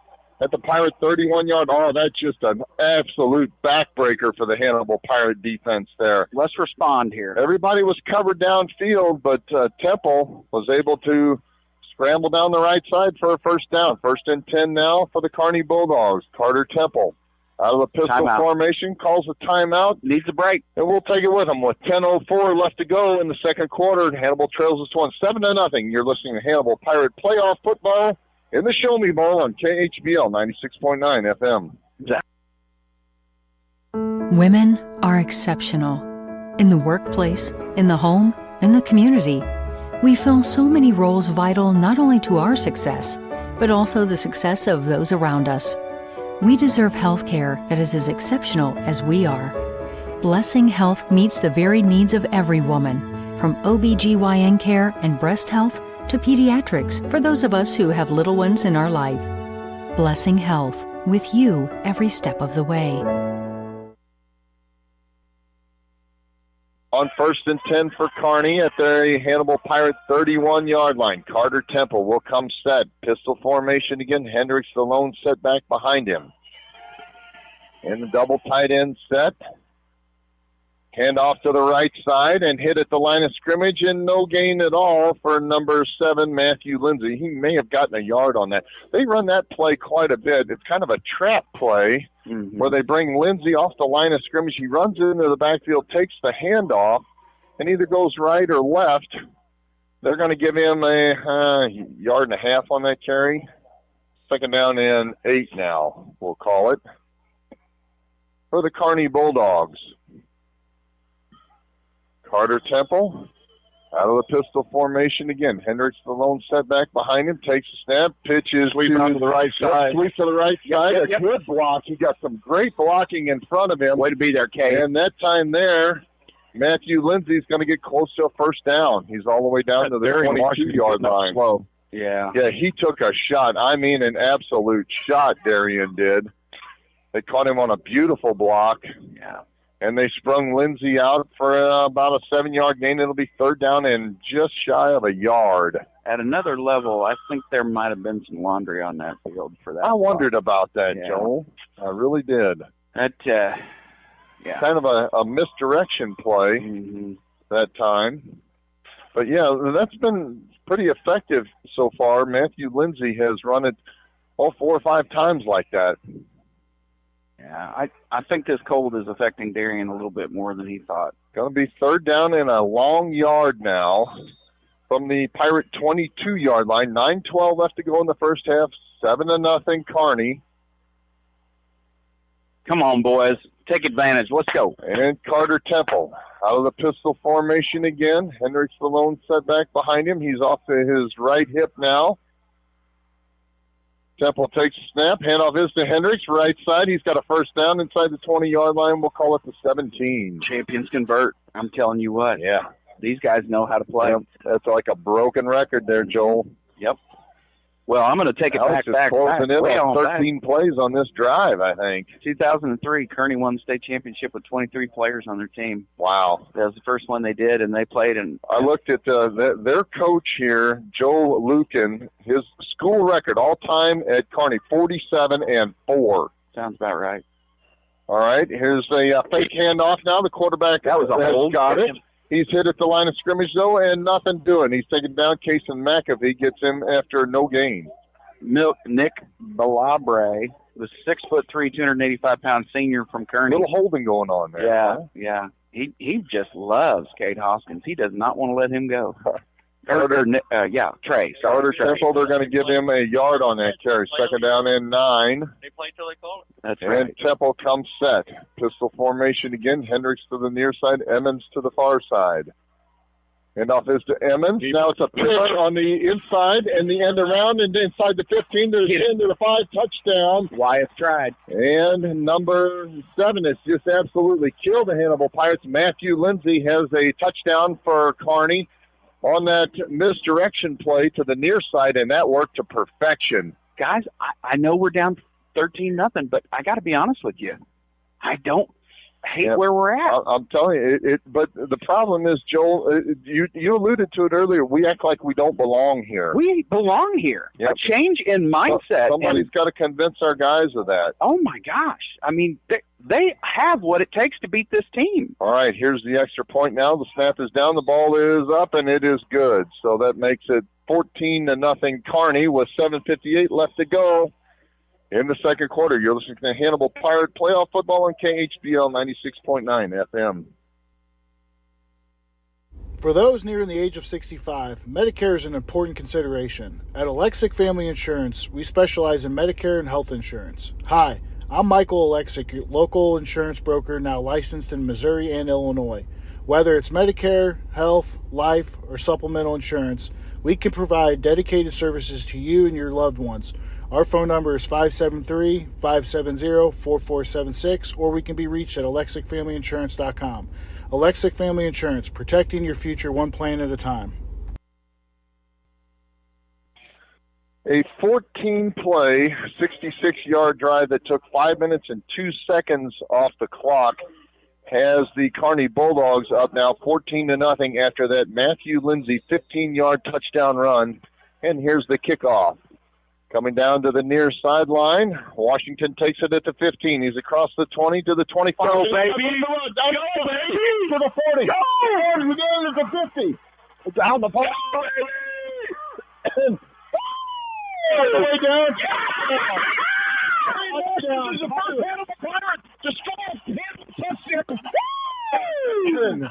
That's what I'm talking about, baby! Darian Washington just took the kickoff 80 yards to make it 14-6.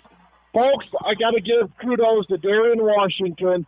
This is the third time that the Hannibal Pirates have played for the state championship, and he is the first Hannibal Pirate to score in the Missouri State Class 4 state championship. Congratulations to Darian Washington. That makes it 14-6 with the extra point pending. Joe Thomas, we belong here, baby. We belong here. We belong here, baby. Big time. Let's go. All right, Washington has to catch his breath and come out and try to kick this football now through the uprights. Darian Washington took it 80 yards. He went up the right side, make it 14-6. Here's the extra point pending. Snap is back. The ball is down. The kick is blocked. The kick is blocked, and that makes it 14-6. 14-6. After that extra point was blocked. They jumped literally before the ball snapped. I was going to say, how did they not catch that? Okay. All right, let's go. Leave it on the field. Let's go. Get off the field. Let's go. Let's get our offense going. Whatever. Let's go. Time for that defense to step up. Let's go. That Darian Washington kickoff return of 80 yards to make it 14-6. I lost my voice. That is incredible. Darian does not take a play off. I absolutely love it. He's over there. He's got his bell rung. He's hurt. He's cold. And he took that ball and ran. Joe, you've seen the hole open up at about the 50-yard line. Yep. You said at that time that he's gone. Yeah, he's gone. He stiff-armed number 7, put him in the dirt, and then 14 came in and tried to push him out of bounds, and Darian just spun and deflected that. That was a beautiful stiff arm at the 45-yard line that Darian gave to Matthew Lindsay.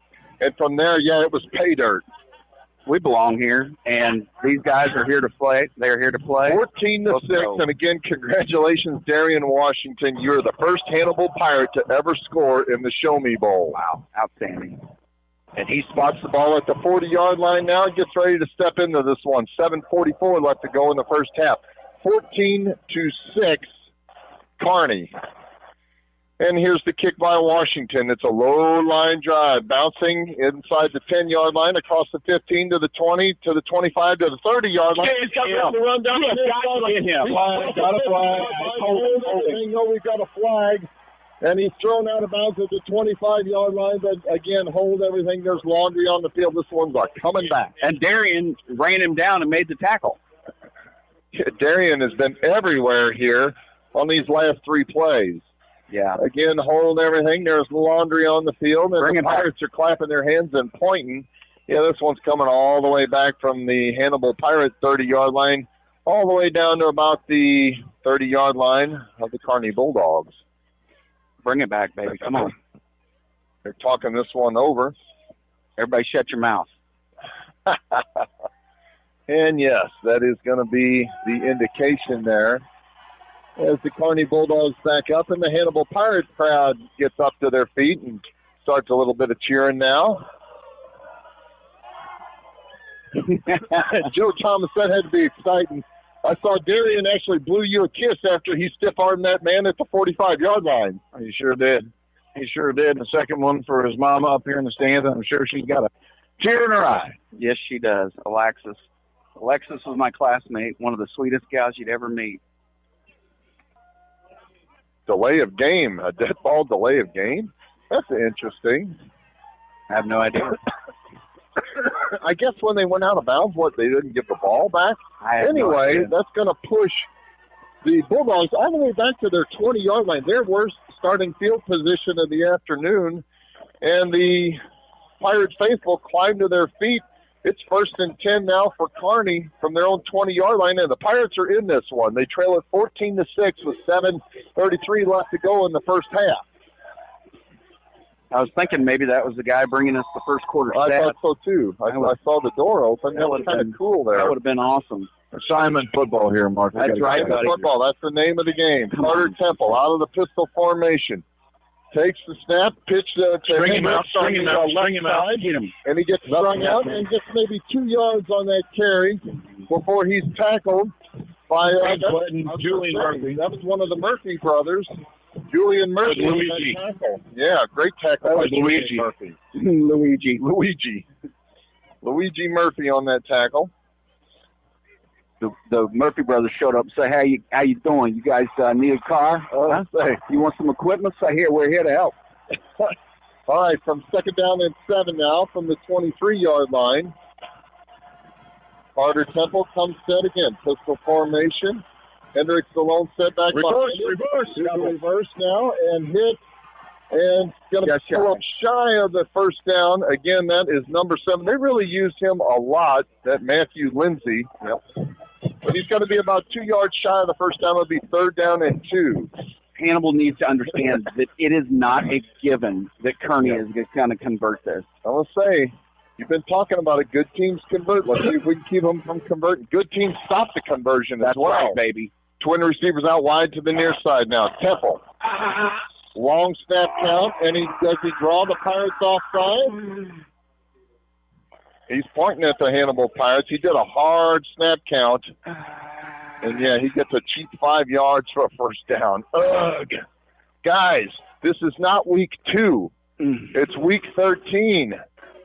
Okay, that's 15 yards on those jump sides that we've done. Yeah, that is absolute killer. That we, guys, you can't give it to continue them. to bite on that. You can't give it to them. Make them work for it. 1st and 10 now at their own 33-yard line. Come on now. Carter Temple out of the pistol formation. Twin receivers wide to the near side. Here's a handoff. Get him. And hit at the line of scrimmage and driven down for no gain is number 6. That's Emmons. Beautiful job. Corbin Emmons, or Emmons, E-M-M-O-N-S. All right. That was Chums. No gain. 2nd down and 10 from their own 33-yard line. Chums out there patrolling. Carter Temple looks to the near sideline to get the play call. And now they'll come set. No huddle offense. Twin receivers out wide to the far side now. Man comes in motion from left to right across your radio dial. Here's the snap. 3-step drop. Pass is incomplete. Beautiful. 40-yard line. Pass was intended for Drew Nelson, and it falls incomplete. It hit him in the hands, but he wasn't able to hang on to it. It's going to be 3rd down and 10. That Drew Nelson is a tremendous athlete. I think that the Kearney Bulldogs have converted on every single 3rd down, including that 3rd and 20 while ago. 20, yeah. Yeah, it'll be interesting to see how the Pirates want to play this one. Big play coming up for momentum-wise in this one. 5:25 left to go in the first half. 14-6. Mark, they got it spread, buddy. 5 wide receivers for Carter Temple. Takes the snap. 3-step drop. Looking to throw. Pass is complete to Hendricks. Hit him. Hendricks is going to get tackled shy of the first down at the 40-yard line. Oh, baby. You go for it if you're Kearney, right? Oh, I would. You try to drive a stake through the Pirates hard here. It's 4th down and 3 from the 40-yard line of the Kearney Bulldogs. I'll tell you what, Mark, if Hannibal Pirates jump off sides here, if they do a long count to try to jump them, and Gershwinder might lose that. 4th down and 3. Carter Temple out of the pistol formation. Hard snap count. Trying to draw the Pirates offside. Nothing doing that. Now he's going to change the play at the line of scrimmage. On 4th down and 3. Again, out of the pistol formation. Temple. Keeper. Now he's going to call a timeout. Yep. They forced him to call a timeout with 4:46 left to go. Beautiful. Keep this one here. Yeah, he desperately tried to draw the Pirates off sides. He was not successful. And 4th and 3. What do you think? They're certainly not going to punt this one. I think, well, they'll line up. They may try to punt here, Mark, but obviously they tried to change the play to get the Pirates thinking, they're going to do something different, and they hard counted again. Hannibal stayed still. I think they're going to be ready again for it. We'll see if they don't shift into that punt in the last minute. Joe, they may give him that option like what we used to do with Aeneas Williams on 4th down and 3. If he sees it and he can run it, go ahead and let him run it. Otherwise, go ahead and punt it. Here's the telltale sign. If the quarterback... I think right now would be a turning point. If Kearney tries to do this and they fail this and we score, that's a game changer for Kearney. They don't want that. That is game changer there. Yep. Okay. Number 3 is they actually line up in punt formation now. Okay. Now their punter is indeed the quarterback up there as a wide receiver tucking. Yep, tail tucking in now to punt this one. Darian Washington standing in his own 21-yard line. Here's the snap to tucking. It's a good one. Johnny is going to run it to the near side. He's going to try to get it, and he got it. He does. He dove. I knew he that was was going to be a hit, dad but jump fake. he dove across the line That's of game, first down. and he made it by a yard. Yeah, he never, ever pretended to punt the football, and they ran it on 4th down and 3. He got 4 yards, and that makes a first down at the 44-yard line. Yeah, that was pretty easy to see that one was coming, Joel. Buddy, if I had the speed, I could have got over there. If he would have gone airborne, he'd have stayed airborne. You called it. You seen it coming. All right, so 1st and 10 now for the Bulldogs at their own 44-yard line. Carter Temple. Watch the keeper here. He's pissed, and he wants to run. Calling the play. And a split backfield behind him out of the pistol formation. Temple takes it. Hand off to Hendricks. Hendricks bottled up at the line of scrimmage and knocked down for about a 1-yard gain. Tackling led that time by the Hannibal Pirates. Looked like number 59, Chase Whitaker, was on that hit. This defense has done a fantastic job of stepping up here. They have got to get a good stop here. If they put it in the air, I don't think they will. If they put it in the air, they've got to get up in the face. 2nd down and 8 now. I think QB wants to run it. From the 46-yard line. And Carter Temple now looking to change the play again at the line of scrimmage. Twin receivers out wide to the near side. Takes the snap. And hand off to the left. Big loss by that one. Good. Benny Worthington got a stiff arm right in his face mask hard, but Bruce, Benny Worthington is really strong. Held on to that one. Corbin Evans is going to lose about 6 yards on that carry. It's going to make it 3rd down and 15. Woo-wee. All right, let's go. From the 40-yard line. 3rd and 14, we'll call it. From the 40, they need the Hannibal 41-yard line. And the Pirate defense has suddenly come alive. Twin receivers out wide to the near side. Temple takes a snap, 5-step drop. He's got Get him. He wants to run. Now he rolls to the far side. Get him. Goes back to the near side, and he's going to get hit. It's still James. No, he's not knocked down yet. He's still on his feet, and finally driven out of bounds along the near sideline. James Wetton had him in the backfield, but he's going to be driven out along the near sideline, but he's about 10 yards shy of the first down from the 45-yard line. Man, that guy is slippery, buddy. Oh, several Pirates had a shot at him. I have not seen James Wetton miss a tackle like that all year long. I mean, he put a licking on that quarterback and literally bounced off of him. I know it.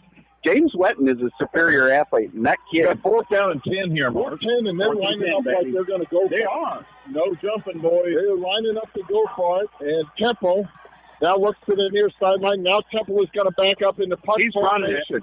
The Pirates have nobody back deep to receive it, and here is the punt. Who cares? It's going to bounce for the Pirates. Takes a you guys, we stopped them. Bounce for the we stopped them. We belong here. And rolls that at the 25-yard line. With 3 minutes left to go, 2:59 left to go in the first half. Hannibal's going to take over 1st and 10 from their own 25-yard line, trailing this one 14-6. Champions stop conversion. Exciting, and defense has come to life here. They've got their stuff together. I'm going to give a shout-out, not only to my fans. I'm like, not my fans. I don't have fans. I'm a fan. I'm a fan. I have family. I got a hell of a lot of family, too. And I follow you. I go to my sisters and nieces. But I want to give a shout-out to the group that we call the Squaw Group. It consists of my daughters, the Dines, and we just Colorado many years ago, and we got a Squaw Group, and they said, we need a shout-out. 1st and 10. There you go. From their own 25-yard line. Here we go, Wyatt Dorsey out of the pistol formation. Takes the snap, rolls to the near side. It's a pitch. Turn it up. Hoskins turns it upfield and knocks down just shy of the 4-yard line. Just about 4 yards on that carry. Great tackle. Kearney knows how to tackle. They do know how to tackle. They stay in their lanes, and they do blocking and tackling. That's where it starts, and Kearney is excellent at it. Absolutely. 2nd down and 6 now from the Pirate 29-yard line. Again, Hannibal trails this one 14-6, 2.5 minutes left to go in the first half. Wyatt Dorsey out of the pistol formation. Washington comes in motion now from left to right and hold everything. Move it back. Illegal motion. Guys, come on, guys. Let's go. Guys, it's week 13. We cannot make those kind of mistakes. 5-yard penalty against Hannibal. We continue to just shoot ourselves in the foot, and it's the little things, Joel. It's not big penalties. I mean, these are not personal fouls. It's the little things that are killing us. Going to make it 2nd down and 11 now from the Pirate 24-yard line. Time to dial up a pass to either Reed Holiday or Alex Arthod here. I just like to see my hit Beaver there a minute ago, and Beaver pushed back, and Nicholas shoved him in his face. Nicholas doing a little Beaver hunting. Twin receivers wide to the near side now. On second down and 11. Arthod comes in motion from right to left. It's a option play, and Dorsey turns it and gets out to the 30-yard line. Gets close out there where Cade initially had it. Yep. Just shy of the 30-yard line where it's going to bring up third down and a long 5. Nicholas was Beaver hunting on that one again, and Mason Beaver tried to get in there on him, and Nicholas punched him in the head. Third down and 5, just shy of the 30-yard line. We've got to make it just across the 35-yard line. Third and a long 5 for the Pirates. Wyatt Dorsey. My mom just come sit under center this time. Told me I'm in trouble for cussing on the air. Uh-oh. Say it isn't so. Yeah. All right, here's the snap. Rolls to the near side. He's looking to throw. Now he pump fakes once, and now he's going to run it down the near sideline, shoved out of bounds along the near sideline. Maybe a 1-yard gain on that's going to bring up fourth down and 4. Oh, they're going to move the chains. First down, Mark. That's first down. Oh, I was off by 5 yards. Yeah, he needed the 36-yard line, 35. He made it to the 36. That does move the chains. Beautiful. Yeah, I apologize for that. I thought he was 5 yards short. He made the line to gain. First and 10 for the Pirates from their own 36-yard line. Clock stops while it went out of bounds. 1:19 left to go in the first half. Dorsey under center this time, takes a snap, play action. Now he's going to keep it, rolls to the far side, across the 40-yard line. He was a man away from really breaking it there, Joe. Oh, man, Mark. I don't want to say anything. That was a good play. Got a good yards on that. Got a 5-6-yard gain there, but all he needed was just pitch it to Darian because Darian he was gone. He could have ran farther than the damn Play Express. All right, the Pirates take a timeout, and we'll just keep it here on second down and 4 from the Pirate 42-yard line. Again, Hannibal trails this one 14-6 with 1:08 left to play in the first half. And man, if we come out of this with a score, especially if we could tie it up there, Joel. Oh man. That'd make them boys get shook up and not know what hit them. Oh, boy, they wouldn't have a clue. Yeah, going into halftime, it's not bad that we're down 1 score, but again, the Bulldogs are going to get the second half kickoff. They won the toss and elected to defer. It's a tight football game. 14-8, Kearney, and Hannibal had some success on their last defensive series here. We turned them away. First time in the football game that we turned the Kearney Bulldogs away. All right, here we go after that timeout. The Pirates have got it. Second down and 4 now from their own 41-yard line. Ball is right in the middle of the field. Let's see how Dorsey wants to play this one. Reed Holiday breaks out wide to the far side. And he's flanked to his left by Darian Washington. Cade Hoskins is a lone setback behind Wyatt Dorsey. On second down, 3-step drop, pump fakes once, rolls to the far side. He's got pressure. He's going to get knocked down and sacked at the 31-yard line. And, that one hurt. That was a big, big loss that time. Pushed us all the way back to the 31-yard line where it's going to be third down and 14. Yeah, and the Kearney Bulldogs are going to call timeout now, thinking they're going to get the ball back. And I don't blame them. That was a big sack. You cannot afford to take a sack there, guys. Nah, that was big. Blown block, those guys are just incredible. Yeah, they do not. Kearney, again, does not make mistakes. I haven't seen them jump off sides. I haven't seen them. They had a couple of holding penalties, but for the most part, these guys do not make mistakes. They're very well coached. Absolutely, Mark. And I tell you what, the one thing I like about it, Joe alluded to it, they are 100% disciplined. They're not out there talking trash. They might be talking trash, honestly. I don't know, but it doesn't look like it, This is a huge team. I mean, when you look about it, in 2003, they won state with 23 kids. Look at their sidelines now. Yeah, there's 100 kids on the sideline here. I mean, it's incredible. Again, their head coach is Logan Minnick, and all time, his career record is 83-22, but his school record 47-4. I know they were in the state championship game last year. They lost. They did win way back in 2023, though, and they were in won in 2021 as well. This is their 7th trip to the state championship. Yeah, they won 4 times. They know they've been here before, but pride comes before the fall. All right, on third down and long now, and Dorsey's going to come set out of the pistol formation. 3 receivers out wide to the near side. 3rd and 14. Dorsey takes a step, pump fakes once. He's looking to throw over the middle. Now he's got pressure. He's going to get sacked again at the 25. Okay. I think that Kearney is out of timeouts, though. Yep. And the Pirates can pretty much run this one out and just punt this one away with almost no time left on the clock. Yeah. So, yeah, Kearney did run out of timeouts, but it's 4th down and long, 4th and 20 for the Pirates from their own 25-yard line. I'm not sure they even need to punt this one. There's 22 seconds. They do. They got 6 on the play clock. Is there about a 1-second differential there? There's about 5. 4 second differential. 4 seconds. It's interesting. The play clock down on the near sideline shows 6 seconds. On the far sideline, it shows 8 seconds. So interesting. It's totally different. I'm telling you that. All right. So the near sideline shows 0, and the far sideline shows 4.8 there. Well, actually, Mark, that is actually the game clock. That is the game clock. All right. So the Pirates do call a timeout with 4.8 seconds left to go. And, yeah, they can actually just punt this one and go into the halftime locker room down 14-8. And, hey, we're right in this game, guys. Oh, yeah. We're right in the thick of it. I mean, there's no question about it. This is the best team that the Hannibal Pirates have played this year. But, again, Joel, if you want to be the best, you got to beat the best. Oh, for sure. Mark, I'm still very impressed with Hannibal. This is a fantastic team. This is a really good team. Yeah, we've got a good team. It's again, it's not what I call a great team. We don't have anybody that steps up and above anybody else. I got an idea, Joe. But what's up, buddy? Everybody contributes. I'm going to throw this one out there. There's a little fart in the wind. Mm-hmm. We got 4.8 seconds left. I'm in.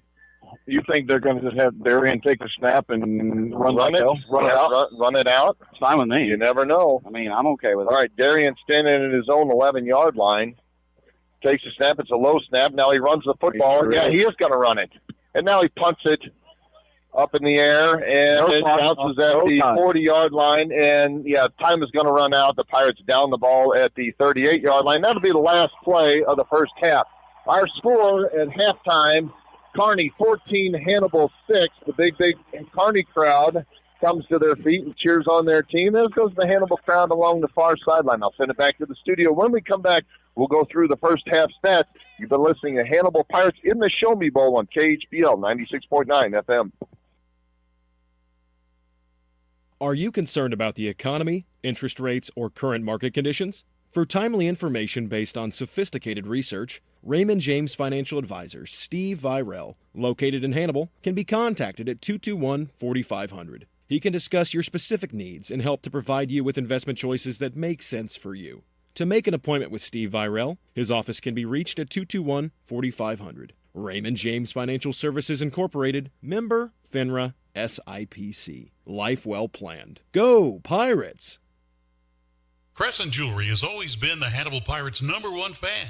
They know and appreciate the efforts and determination these young men must have to enjoy a successful season. Crescent Jewelry has used the same principles to run their business. Your local hometown jeweler for all your jewelry needs is Crescent Jewelers.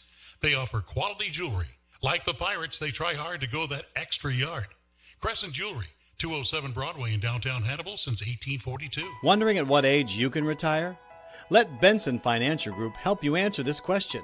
Trade the best job you ever had for the only job you ever wished for. Our advisors are experienced in developing financial planning strategies for retirement and income distribution. We will build your retirement plan to replace that paycheck. There will be a smart place to get your money when you need it. It'll be an honor to advise you as you plan for your future. Benson Financial Group. Built on trust, dedicated to service. Smith Funeral Home and Chapel started in 1888, serving others as they would want to be served, with reverence, respect, and responsibility. Services are personalized and specific to each family. Smith Funeral Home and Chapel is proud to have provided over 130 years of service to the Hannibal community and the surrounding area.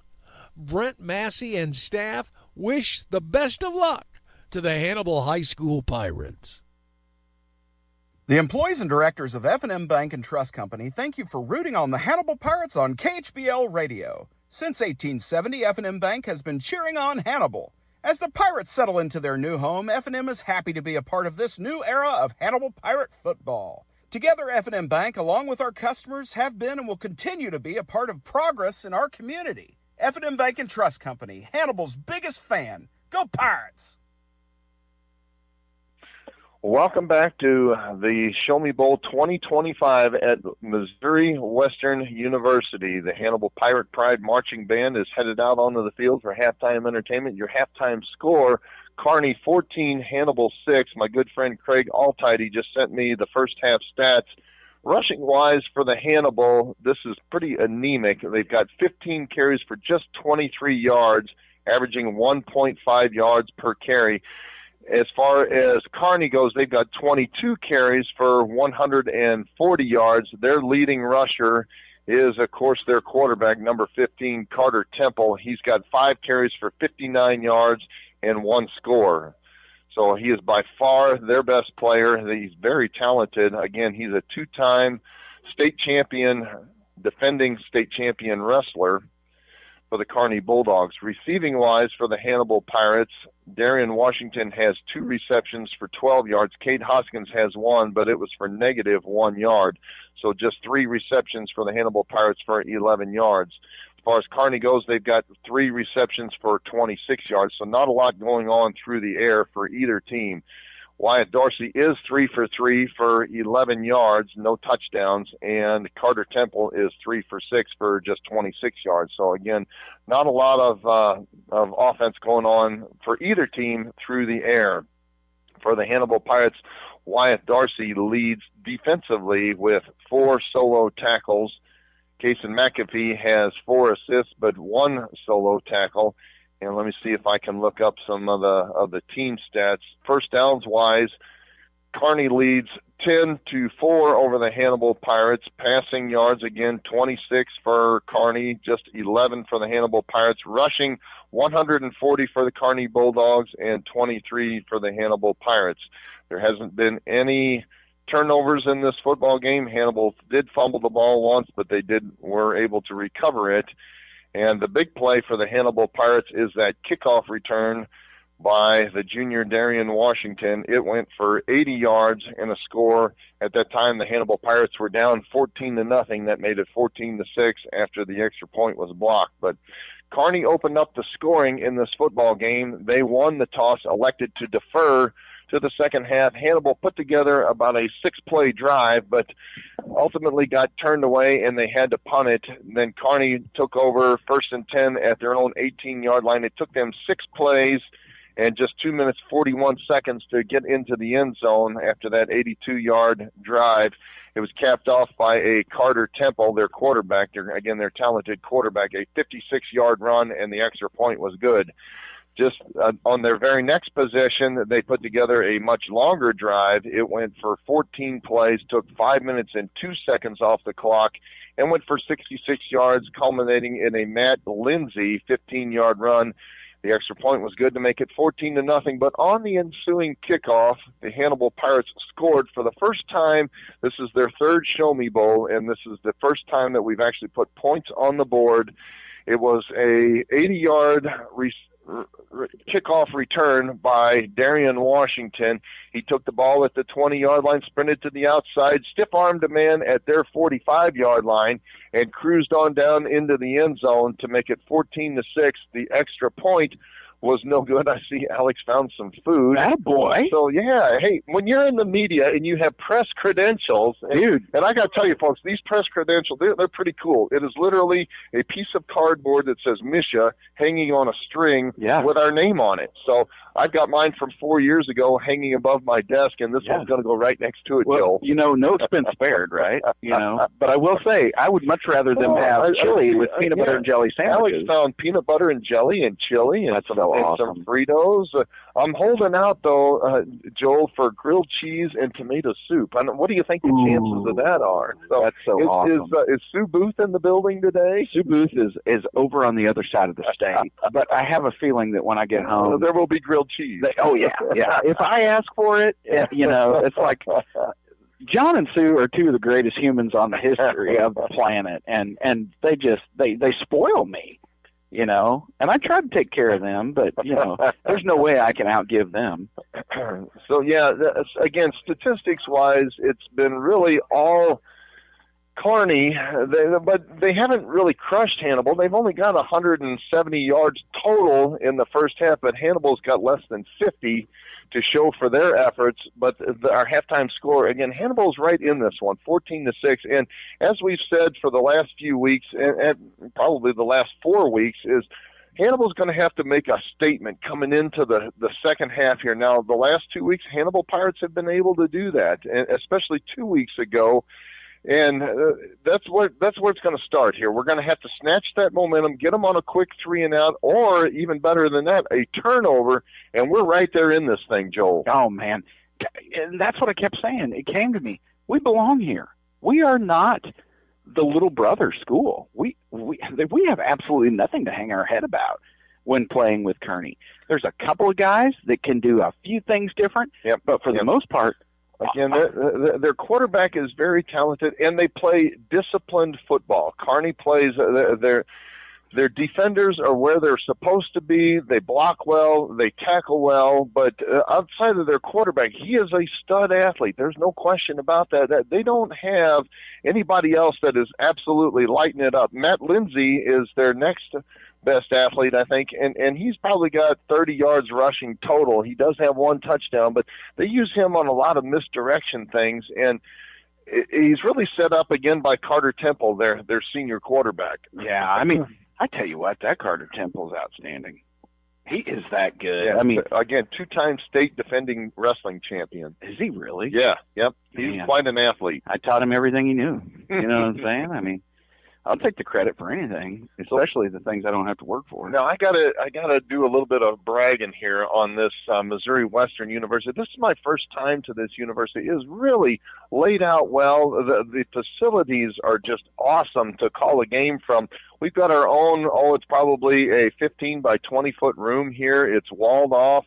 We've got our own little refrigerator, a sink behind us. The restroom is right behind us. So kudos to the fine folks at Missouri Western University. They have pulled out all the stops, and yeah, it's really an enjoying time to call a football game like this, Joel. Oh, Mark, this is absolutely beautiful. This is how I was built to watch football. You know what I'm saying? I mean, I was made for this. I think of my good friend Bob Willett, and the first time that we went down and played Helias on the road. At that time, they were playing at Jeff City High School, and I remember we went up and we had our own booth. It had air conditioning in it, and he looked at me and said, "Oh, Mark, I don't know if I can work under these conditions."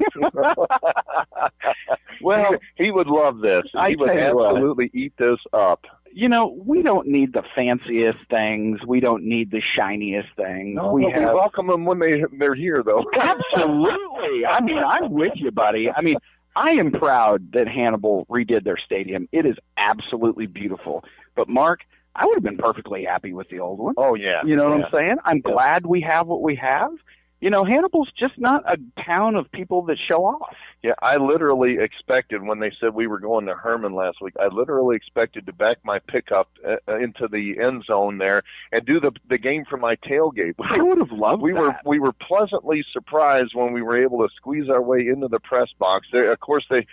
Herman had shut off all the heat and all the water. They'd already winterized everything, but for them to step up last week, they got the call at 9:30 in the morning for a 2:00 kickoff, and were able to accommodate us. It was awesome. Herman needs accolades. Like they should get paid twice for that. Like, and you know what? I don't know if you guys have ever been there, but they're famous for wine. Oh yeah, and have been for a long time. So. I'm saying that kind of tongue-in-cheek because it's very popular. But I will say this. When I was in Germany last summer, I'm on the Rhine, and I'm looking down, and I'm like, oh, my gosh. Am I at Oak Glen?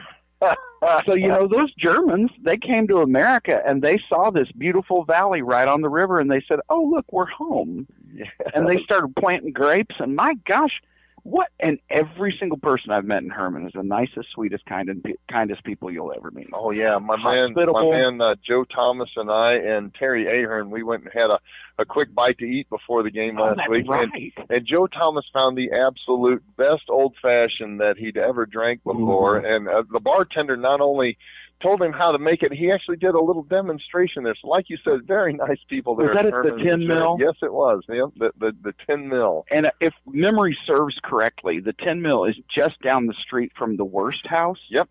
Absolutely. Yeah. The Worst House is one of my favorite places of all time, and that's WURST. Absolutely. Yes.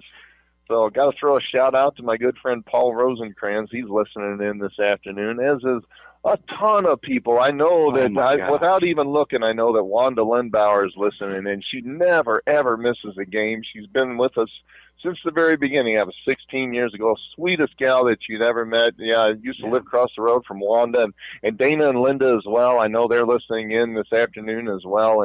And guys, it's just exciting to be here. I Joel, you didn't hear me, but before we started the game, I said, I am honored, I am humbled, and I am beyond excited to be here. Oh my gosh, I am too. I mean, and frankly, I'm surprised. Missouri Western has a fantastic, facility.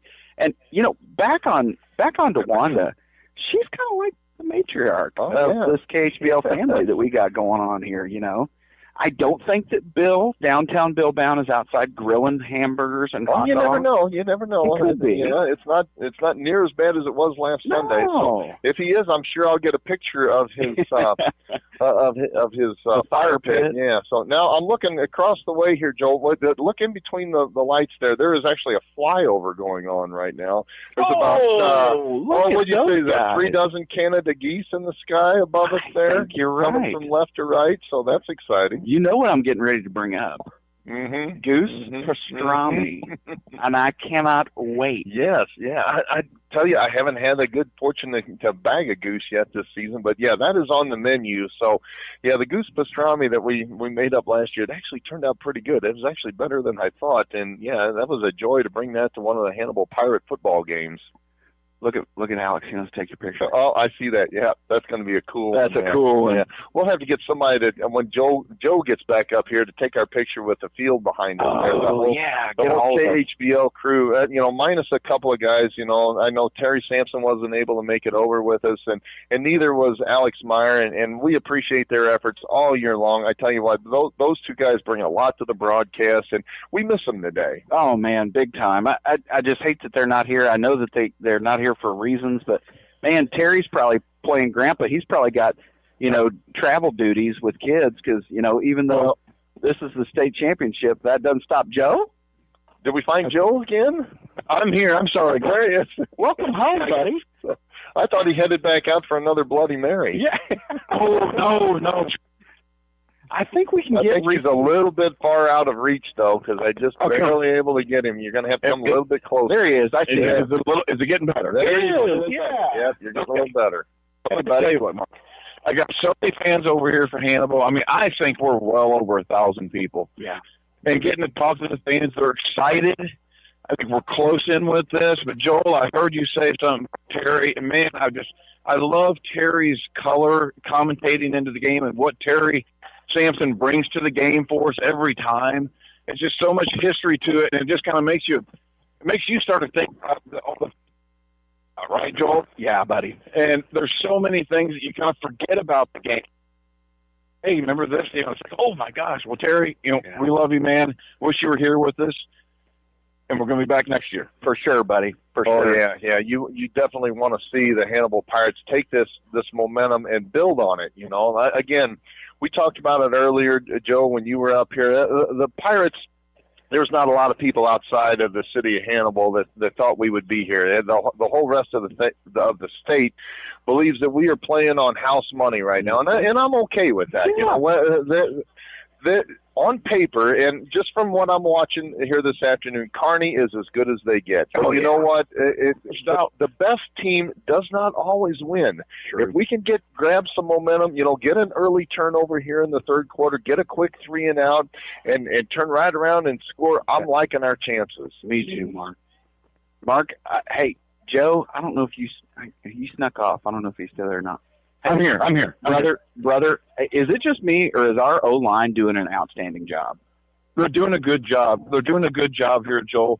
The last series there where we kind of had to, kind of pause around and then kick that punt there at the very last second. It was a couple times Wyatt kind of rolled out to the right there. Nick had good ceiling on one of the old leave it to Beaver, but he just got outside of Nicholas out there, and was Beaver turned, and he got the sack there, put it for like third and 14 or whatever it was. And, little adjustments, but we've got like 30 minutes left in this football game for all those plays that the boys have worked on week in, week out, especially the last 6 weeks, I'd say, that we haven't seen. Mm-hmm. We're going to have to see them now, Joel. I think you're right, Joe. 100%. We've got to see those plays come out now, the ones that are their best, the ones that have just a little bit of trick to it, because Kearney is a well-coached team. They are very defense-oriented, and they've watched every single kind of plays and games that Hannibal's got. So we got to throw a little curveball. We got to throw an off-speed pitch to them here and get them to start playing honest defense against us instead of kind of assumption defense. Well, you know, to your point, Joe, and I'm looking at their season record. Their resume is impressive. They beat Smithville by 20 points. They know what they're doing. They've beaten 3 Class 6 schools and 3 Class 5 schools. So, yeah, they're the class act of the Class 4A. There's no question about that. Mm-hmm. All right, is taking the field here just inside of 4 minutes. Kearney is headed back out onto the field now, and the Pirates are still yet to be seen. They'll be out here any time, though. And it'll be interesting to see the last couple of weeks, the Pirates have tweaked a little bit. They haven't had to do a lot in the second half, but I look for Coach G to make a few adjustments and maybe change things up a little bit on offense and maybe let it air out a little bit more and see if we can't open it up and have some scoring here in the second half. I'm going to send it back to the studio. When we come back, we'll have the second half kickoff. You're listening to Hannibal Pirates in the Show Me Bowl on KHBL 96.9 FM.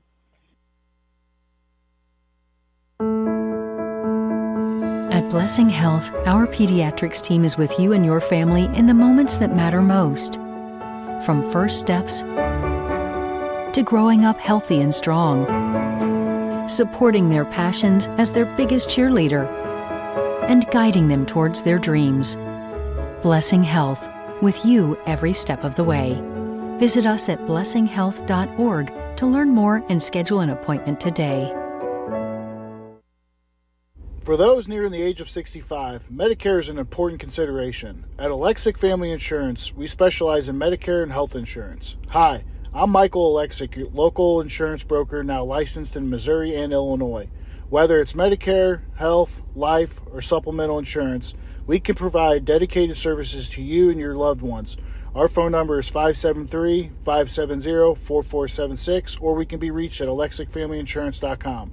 Alexic Family Insurance, protecting your future one plan at a time. This is Marcus Allen, the owner of Frozen Sippies at 108 North Main Street in historic downtown Hannibal. Frozen Sippies offers a family-friendly atmosphere with frozen slushies for all ages. We're proud to carry Papa Murphy's Pizza for dine-in or carry-out. We have pool tables, dartboards, plenty of space to host private events, including bridal showers, birthday parties, and more. Phone number is 573-603-1113. Frozen Sippies, bringing a taste of paradise to your hometown. I'm Jordan Foey. And I'm Brad Kurz. We are your Edward Jones financial advisors in the Hannibal region. We're all about financial investments, but we also value the investments of time, patience, and encouragement that our young athletes receive from their coaches and teachers. That's why Edward Jones is a proud sponsor of Hannibal Pirate Football on KHBL. For all your investment needs, 573-221-1302 or edwardjones.com. Edward Jones, member SIPC. Welcome back to the 2025 Show Me Bowl from the campus of Missouri Western University. Both teams are back out onto the field now. They're doing a little bit of light stretching, and we'll be underway here shortly in the second half. Kearney won the opening toss. They elected to defer, so they're going to receive the second half kickoff, leading this one 14-6 over the Hannibal Pirates. And yes, folks, we talked about a little bit earlier, you can't say enough about how important this first possession of the second half is going to be. The Pirates can either set the tone for the second half or really give away a lot of momentum here to the Kearney Bulldogs. So I expect Kearney's going to make some adjustments as well after that first half. The Hannibal Pirate defense is starting to close down and starting to figure out that Kearney offense. So we'll see how this one shakes loose here in the second half. So, again, both teams are back out onto the field now, and we'll be underway here shortly. We were talking a little bit about it earlier. The Beaver twins, that's Isaac Beaver and Mason Beaver for the Kearney Bulldogs. One, Mason is a nose tackle, and then Isaac is a defensive end. Both of those guys have signed a letter of intent to play for North Dakota, as I believe is the leading contender for the services of their quarterback, Carter Temple. Again, he is a two-time defending state champion wrestler, but he may want to go on and do that in North Dakota as well. So, Joe, what's the mood down there on the sideline right now? Yeah, there's. I see it in the eyes of. I just kind of had to say something to Nicholas right there. I kind of see it in the eyes of your own kid when it's getting ready to go down. He's got that look. He's got that dog in him. He's ready to go. That's good. He is ready to go. There's nobody down there with that deer in the headlights look. I mean, the players look focused coming out of the halftime locker room. You can see a little bit of anger in their eyes there, kind of quiet, hidden, like getting ready to explode. Well, I'll say that's what it's going to take, some controlled rage, if you will, in the second half. Mark, you got to group over to your left. Start calling. Alex, start calling. Yeah, I see that. There's a group of them. They're coming behind you to the left now, about 40 of them. Yeah, the Hannibal Pirates faithful have turned out for this one. They're having a good time here at the Show Me Bowl 2025. Again, not a lot of people outside of the city of Hannibal expected us to be here, but we've shown so far in the first half that we belong. We're down 14-6 at halftime, and right now it's anybody's game. It's going to be important for the Pirates to come out here in the third quarter and show something on defense, and hopefully we can do that.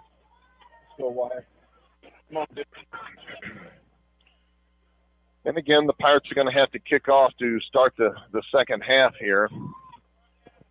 Darren Washington handles the kickoff duties. In the last few weeks, he's kind of picked his spots.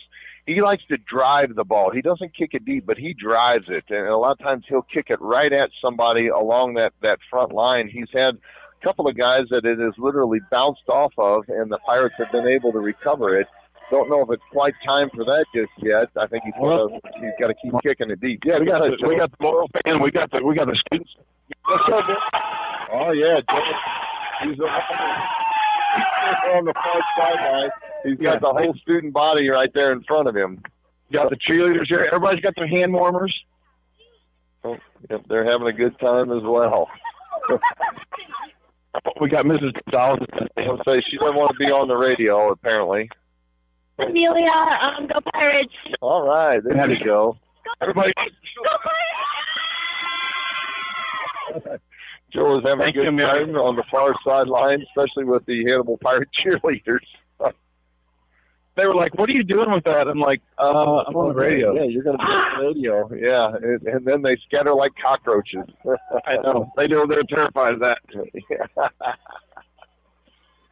All right, the Pirates head back out onto the field now. Again, they're going to kick this one off here shortly, and we'll be underway here in the second half.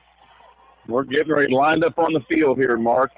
All right, head back for the Kearney Bulldogs is number 7. That's Matthew Lindsay. He touches the ball a lot for the Kearney Bulldogs. He's standing at his own 10-yard line. And he is flanked to his left side over on the far sideline by number 3, that is Cale Tucking.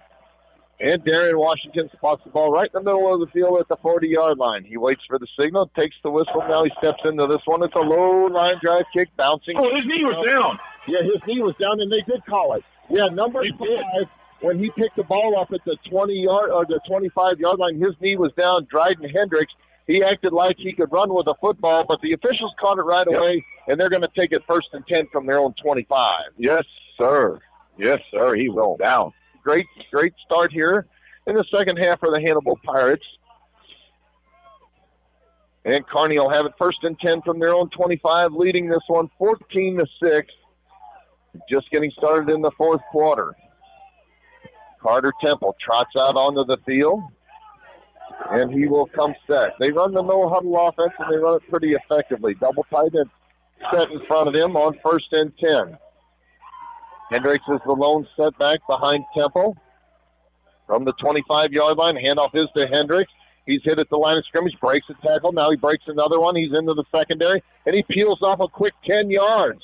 They look like they had him, Joe Thomas, but he ended up getting very close to a first down. Arnie's running backs and the quarterback, too, have a very good move. That's kind of a little quick jump shift there, and he did a great job avoiding tackles. Picked him up 9.5 yards, they're going to call it. Second down and a yard now for the Kearney Bulldogs, just inside their own 35-yard line. Carter Temple will come set, pistol formation. Now he's checking the play on his right wrist. Hendricks is the lone setback behind Temple. And it's a play-action pass. He's looking to throw. Pumps his ball way down, going deep. He turns around, and it is incomplete. Now they throw a flag. They threw a flag against Nick Ferreira. He was face-guarding the intended receiver. The ball was underthrown. Nick Ferreira turns around, and it's no penalty at all, but they're going to call it a pass interference. Yeah, Nick Ferreira had no idea where that football was, and the intended receiver got behind him. I tell you what, if the quarterback, if Carter has a better arm on him, Carter Temple has a better arm, that's a 6-point touchdown there. Right. But it is pass interference against the Pirates, and that's going to bring it all the way out to the 50-yard line. It'll be 1st and 10 for the Kearney Bulldogs from there. Carter Temple out of the pistol on 1st and 10. 3 receivers out wide to the far side now. Temple takes a snap, 3-step drop, passes the football. It is complete in the backfield and hit for about a 3-yard gain is Hendricks. There's a screen pass in the backfield. He was able to get about 8 yards after he caught that football, but it'll be 2nd down and 3. The Pirates on the 50-yard line now. And Jason is down right now. He is shaken up on the play. Yep, he is laying at the 48-yard line, and the trainers come out. They pick him up, and he's going to limp off the field to the far sideline. He is favoring his left knee, and hopefully it's nothing serious, and he'll be back here shortly. Yeah, McAfee is not putting any weight at all now on his left leg, and he is hobbling over to the far sideline. It'll be 2nd down and 8 now for the Kearney Bulldogs at the Hannibal Pirates 48-yard line. Time for the Pirates to dial up a turnover here. Shut them down. Carter Temple will come set. Again, pistol formation, twin receivers, bounce out wide to the near side now. On 2nd down and 7, Hendricks is the lone setback behind Temple. Temple takes a snap, pitches the ball to the end around, sideline, and out to the 45-yard line, and corralled there and shoved out of bounds for about a 2-yard gain, but hold everything. There's indeed laundry on the field. They keep stringing the Hannibal Pirates defense out, and holding is the initial indication.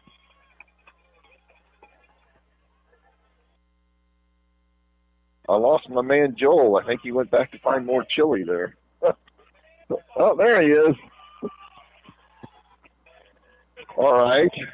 So, let's see. That is going to push them back 10 yards after that holding call, all the way back to the 42-yard line, where it'll be 2nd down and 18 for the Kearney Bulldogs.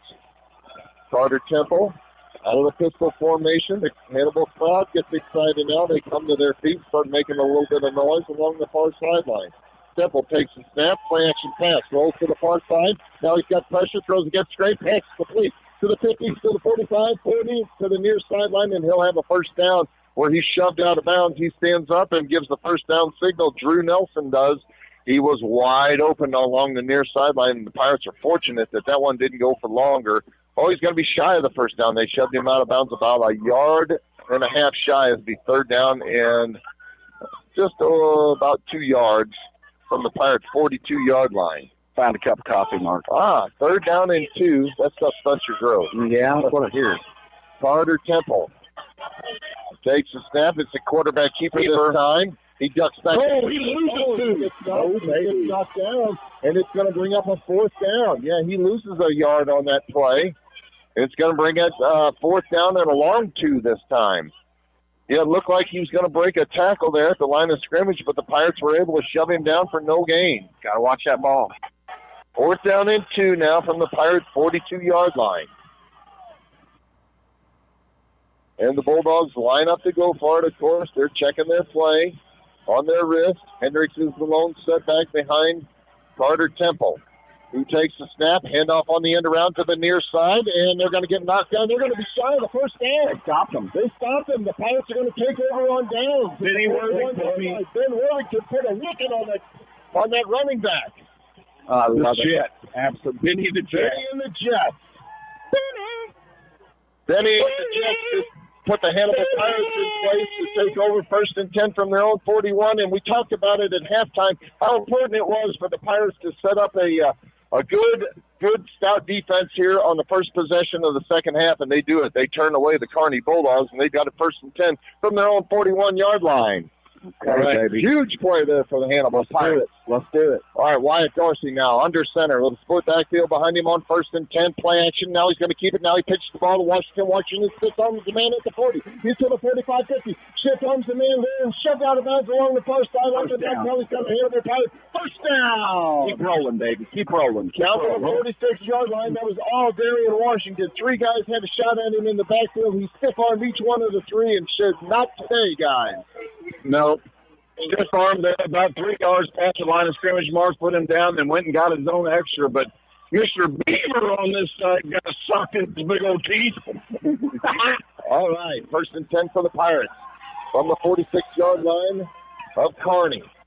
Under center now is Dorsey. He takes a snap, 3-step drop, looking to throw, pump fakes once. He's going to get sacked. Oh, he is bulldozed. Absolutely coming in unblocked was number 9. That is Connor Dampier.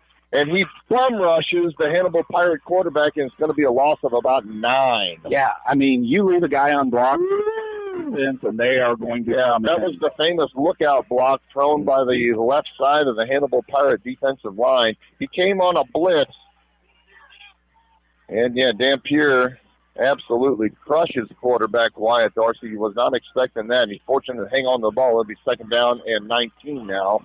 For the Pirates, Dorsey with an empty backfield behind him. 5 wide receivers.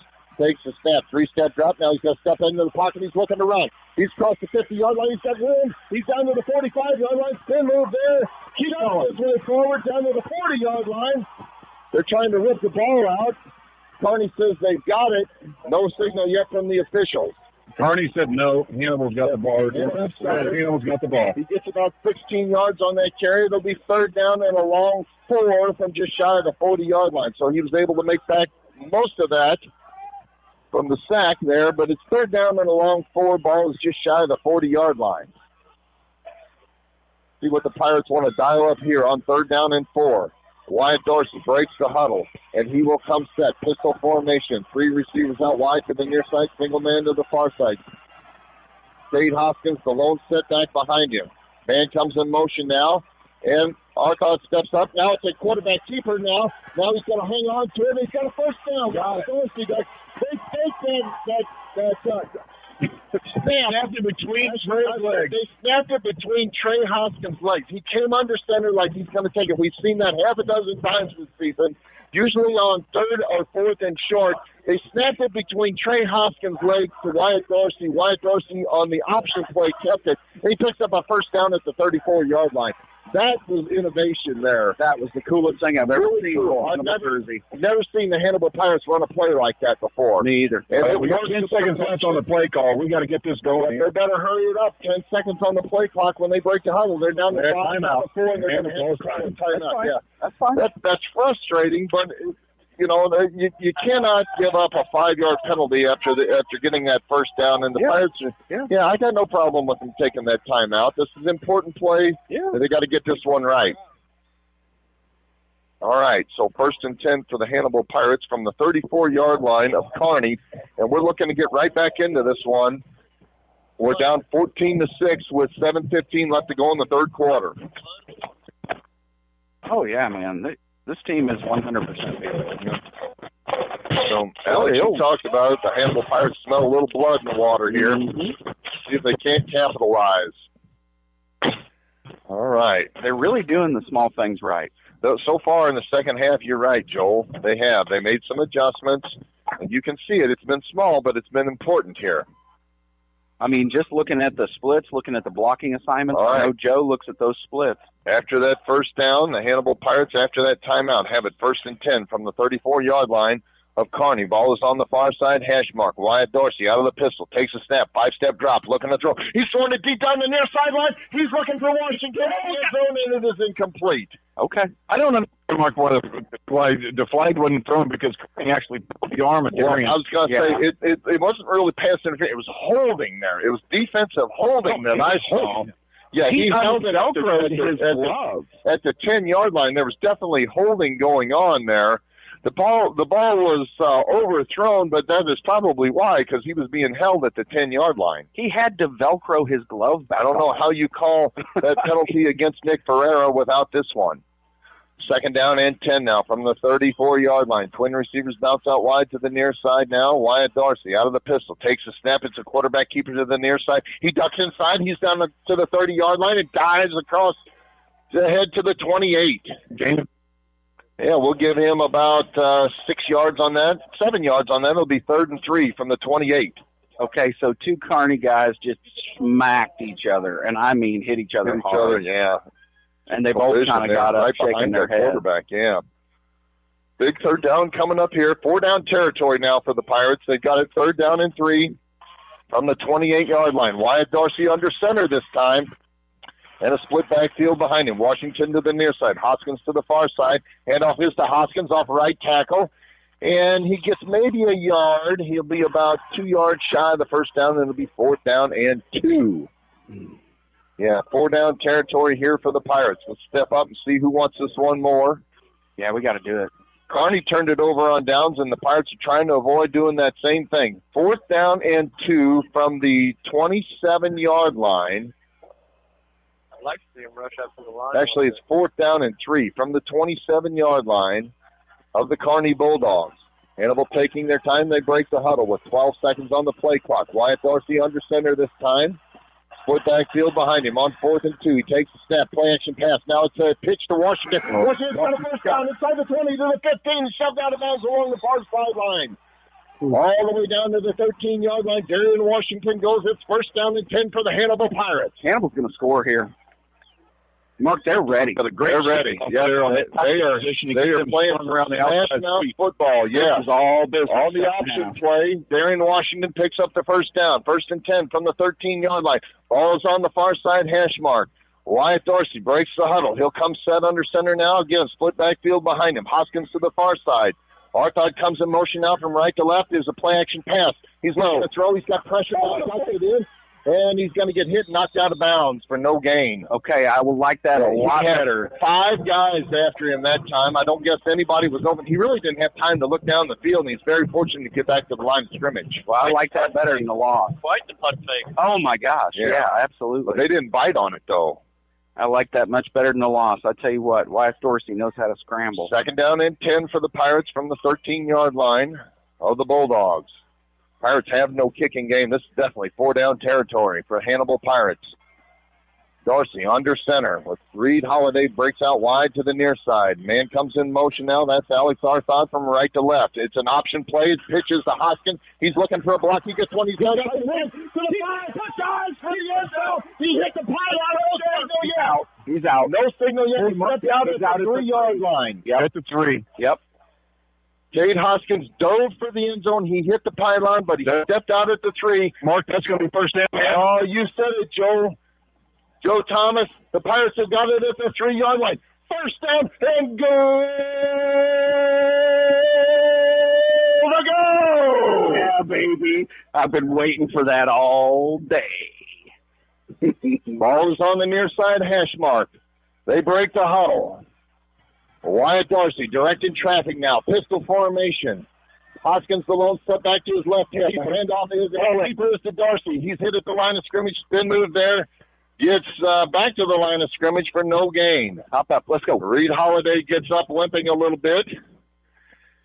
And it is 2nd and goal from the 3. No gain there for the Pirates. 4:51 left to go in the 3rd quarter. They trail this one 14-6. But they've got a lot of momentum here in the second half against the Kearney Bulldogs. Wyatt Darcy gets the play from the far sideline, and he trots out onto the field. Here we go, Hannibal. Let's go. Punch it in, baby. He breaks the huddle with 7 seconds on the play clock. They got a double tight end set. Stand under center. Double tight end set. Split backfield behind him. Hand off Hoskins. He pushes his way into the end zone. He's shy. He's about a yard. 1 foot yard. 1 yard. 1 foot mark. Let's see where they're going to spot this one. Is it inside? Yeah, it is inside the 1 yard line. It'll be 3rd and goal from inside the 1 yard line for the Hannibal Pirates. Oh, it's time for Trey Hoskins to step up and take the direct snap here. Man, I'm telling you. I love it. Time for the tush push. 3rd down and goal from the 1 yard line. And the Pirates run out onto the field, and they'll break the huddle with 10 seconds left to go on the play clock. 3rd and goal from inside the 1. Hoskins is up over center right now. Under center. Hoskins takes the snap. He goes. Pushing it. Go. He's in.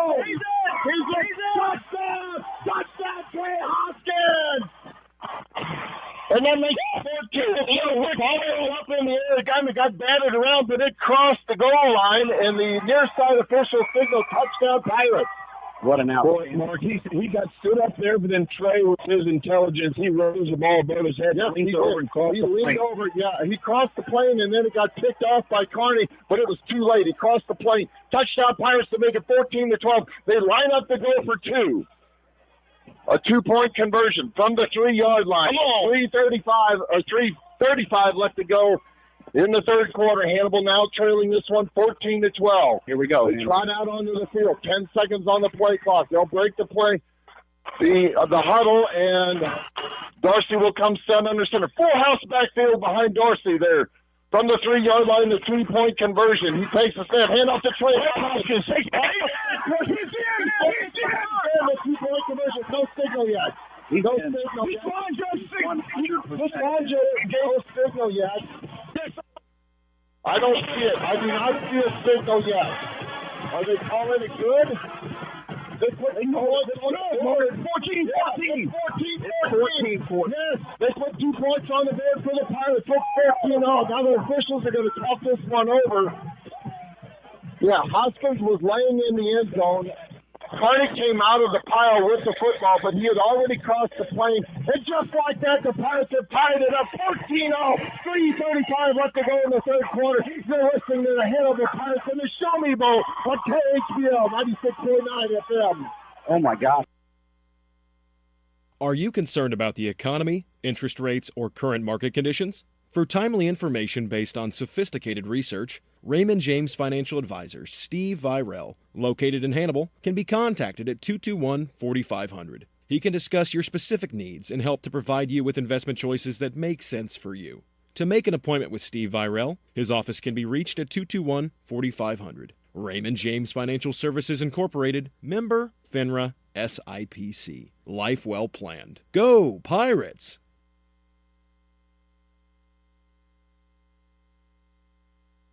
The Hannibal Pirates are right back in this one, folks. It's all tied 14-all in the 3rd quarter. 3:35 left to play in the 3rd quarter. It's 14-14 after that 7-play, 74-yard drive. Took 5 minutes off the clock. Trey Hoskins bowled his way in from a yard out, and then he converted the 2-point conversion and tied it up. And now the Pirates get ready to kick this one off. They have got all the momentum. The crowd is absolutely going wild on the far sideline in front of Joe Thomas. All right, here's the kickoff. It's taken at the 25. Shoved down right there. Beautiful. Textbook tackle by Julian Murphy at the 25-yard line against Matthew Lindsay. Beautiful, baby.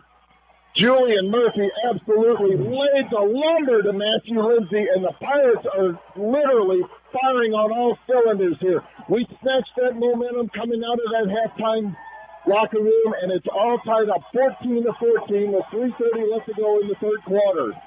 It ain't over, baby. Woo! Hey, Mark, you guys wish you were down here on the sideline. Oh, I can hear it. It is going on down there. Well, I'm so warm just with the electricity from the crowd, dude. It's exciting. All right. 1st and 10 now for the Kearney Bulldogs from their own 25-yard line. Carter Temple. Some set, pistol formation. Takes the snap. Handoff. Reverse. And it's knocked out. Jones knocks him down for a 6-yard loss in the backfield. Beautiful. Boy, along with Nyson. Jones, Nyson, and Allie Barthol was right there next to him. They locked him down for a 6-yard loss. Oh, man. Hey, I got to give a shout-out to Scott Gallagher for staying home. Thank you, Scott, because Scott went to all of them when we lost, and he stayed home. Text from Frank James. He's wanting to know how excited we are. It's unevident. Second down now, 14 yards to go. Carter Temple out of the pistol. High snap, hand off to Hendricks. Get him. They're trying to get him behind the line of scrimmage. Tackle him at the 21-yard line. Trey Hoskins. Beautiful tackle there. It's going to be 3rd down and 12 from there. So we got 21-yard line. Andrea Campbell just came in to hang out with us for a little bit. That. She is the Instagram mom of the public school district, man. She is the media relations lady, and we're so thankful to have her. Chase Whitaker is literally leading the crowd down there in the cheering. The Hannibal Pirates are on their feet along the far sideline. They are screaming their ears out. All right. On 3rd down and long, 5 wide receivers. There's a pass over the far side. It is incomplete. Incomplete. It's a punt it away on 4th and long. Carter Temple threw a long pass down the middle of the field, but it was well defended on that play. I think see my buddy Parrish Chappell up here losing his mind. I think we're fired up. Oh, got a text from my good friend Tim Long. He's happy. He's got a little picture here. T-Rex taking over the football game here. All right, Darian Washington standing in his own 45-yard line, ready to receive this punt. Standing in his own 7-yard line is the punter for, it's a low snap. And he gets this one off. It's a high punt, and the Pirates got to get away from it. It bounces at the 50-yard line and rolls in the Pirate territory. They'll take over 1st and 10 at their 48. They're getting chippy. They're not used to being punched in the mouth. No. Yeah, the O-line right now. The O-line right now is walking out like a bunch of gangsters. Yeah. Go get them, boys. Nicholas did a gangster walkout. I'm sorry, boys. You're going to have a problem with you got that big boy riled up. I'm going to shout out more to Jim Thomas and Mike Thomas, my cousins down here in New York City and down in Lee Summit. 1st and 10 for the Pirates from their own 47-yard line. Great field position. 1:55 left to go in the 3rd quarter. All tied up. Wyatt Darcy comes set under center this time. And a split backfield behind him. Hoskins breaks out wide to the far side. And here's a he peels off a quick 8 yards, and he's in the territory of the Bulldogs. We'll give him 9 on that carry. It'll be 2nd down and a yard from the Kearney 34-yard line. Joe Bruce put a bucket of syrup up there for Nicholas. He just pancake beat. Oh, hold everything. We got laundry on the field, and it is against Kearney. Yep. The call is against Kearney, and they'll march off some extra yardage here. It'll be a 1st and 10 for the Pirates. They don't know what to do. They have no clue. They're completely frazzled. They have not been punched in the mouth like this all year. Kearney has not. Pirates got it now. 1st and 10 from the Kearney 39-yard line. Wyatt Darcy under center. Again, split backfield behind him. Single tight end set to the far side. Here's a handoff. Washington. Washington hit at the line of scrimmage. Peels off another couple of yards, though. We'll get him 2 on that. It'll be 2nd down and 8 from the 41. You talk about gangster, man. I'm telling you. This O-line is outstanding. He's got a picture from my brother of Ric Flair doing the woo! That's it. Pancake man. All right, 2nd down and 8 now for the Pirates from the 32-yard line, or the 37-yard line. 37-yard line. Here we go, Hannibal. Of Kearney. Wyatt Darcy takes a snap. Handoff Cade Hoskins. He dives across the 35-yard line. Beautiful. And it'll be 3rd down and 5 from the 35. We'll call it the 34. Still 3rd down and 5, though. Let's go, baby. Come on, punch through. Let's get this first. Let's keep rolling. 3rd down and 5 from the 34-yard line. 40 seconds left to go in the 3rd quarter. All tied up here. And the Pirates are going to have to run one more play before we head to the 4th. What do champions do, Joel? Champions convert, baby. All right, Wyatt Darcy out of the pistol this time. Cade Hoskins, the lone setback behind him. Twin receivers out wide to the far side. takes a snap. It's an option. Now he turns back inside and gets hit. That's all right. And gets back to the line of scrimmage, Joe. It's going to make it 4th down and 4. That'll be the last play of the third quarter. Let's see what the Pirates want to do. There's no sense in punting it from the 35-yard line. You're listening to Hannibal Pirate State Championship Football from KHBL 96.9 FM. Crescent Jewelry has always been the Hannibal Pirates' #1 fan. They know and appreciate the efforts and determination these young men must have to enjoy a successful season. Crescent Jewelry has used the same principles to run their business. Your local hometown jeweler for all your jewelry needs is Crescent Jewelers. They offer quality jewelry. Like the Pirates, they try hard to go that extra yard. Crescent Jewelry, 207 Broadway in downtown Hannibal since 1842. Thinking about retiring? Let us help you prepare for your tomorrow. At Benson Financial Group, we help you establish goals aligned with your values. Our professionals will build you a plan so there will be a smart place to get your money when you need it. When tomorrow becomes real, make sure you enjoy it. Our advisors would be honored to guide you as you plan your future. Benson Financial Group, built on trust, dedicated to service. The employees and directors of F&M Bank and Trust Company thank you for rooting on the Hannibal Pirates on KHBL Radio. Since 1870, F&M Bank has been cheering on Hannibal. As the Pirates settle into their new home, F&M is happy to be a part of this new era of Hannibal Pirate football. Together, F&M Bank, along with our customers, have been and will continue to be a part of progress in our community. F&M Bank and Trust Company, Hannibal's biggest fan. Go Pirates! Now, lost connection there. The Pirates did not make it on 4th down, though, and Kearney takes over on downs. They've got it 1st and 10 at their own 35-yard line. You want to try it, Mark? So, yeah, we'll get a quick picture here. Andrea Campbell has stepped into the booth here. Should we get a quick picture here with us? I got to get it in while between we're my waiting. 2 favorite Dow boys. All right, Kearney's got it now. 1st and 10 at their own 35-yard line. They take the snap and roll out to the 37-yard line, and it'll be 2nd down and 8 from there. 2nd down and 8 now. A lot of defense going on here in the second half. Pirates tied it up, though, 14-all. And 2nd down and 8 now for Kearney from their own 38-yard line.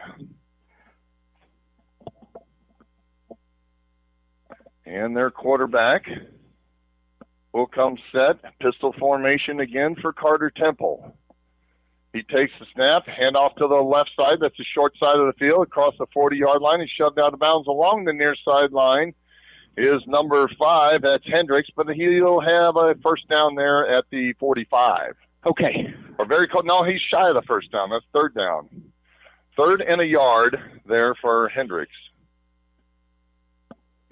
Here we go, D. Let's go step up. I lost Joe somewhere. Did you? Yeah, we'll have to play with that one. Okay. So on 3rd down and a yard, Temple out of the pistol formation, comes set, takes a snap, hand off left side, hit behind the line of scrimmage. He's not going to get it. No. And knocked down, driven down by Cade Hoskins. It'll be 4th down and a yard. Good job, Cade. We lost. Brother Joe. So while Mark's taking this, I just want to take a time to shout out everybody that's staying at home, that's listening to our boys. I know you guys couldn't make it over, but I'm so glad we're all here. Now, Joe's back. Now Joe is back. Joe's back. All right, 4th down and a yard now. We got Joe back. 4th down and a yard for Kearney. Let's go, D. Line up their own formation. 44-yard line. Temple takes the snap. He's coming into the they got it. And he gets a yard. Yep, he comes into the huddle there, into the scrum, and he gets a yard on that one. He's a talented quarterback. You got to hand it to Carter Temple. He needed a yard. He got a yard and a half. I'm telling you what, this defense does not need to hang their head about that. They did everything right. That moves the chains now. 10.5 minutes left to go in this football game. All tied, 14-all. Hannibal and Kearney. 1st and 10 for the Kearney Bulldogs at their own 46-yard line. Carter Temple looking to the near sideline to get the play. Now he calls it, and he'll come set. Pistol formation. The lone setback behind him is Lindsey. And the handoff. Double reverse. And trying to get a little bit of holding. Off the 50-yard line. Lots of holding going on there. Okay. And finally corralled after about a 7-yard gain is Corbin Emmons. Boy, that's hard fought. Yeah, it was a double reverse there. A lot going on there. This guy's who's got the football very well. Yep. It's almost like they put it in their little hip. But he only gets about 6 yards on that. It'll be 2nd down and 4 on the Hannibal side of the 50-yard line from the Pirate 48-yard line. Just get the feeling that the next score could be it. Temple out of the pistol formation, the high snap. He turns around to hand the football off. There was nobody there, and he makes something out of nothing. The Pirates try to strip the football, but he gets a first down. He turned around to hand the football off, and the running back took off the other way. Temple was able to make it. Yeah. He was able to resurrect that busted play and make a first down on it. Make something out of nothing.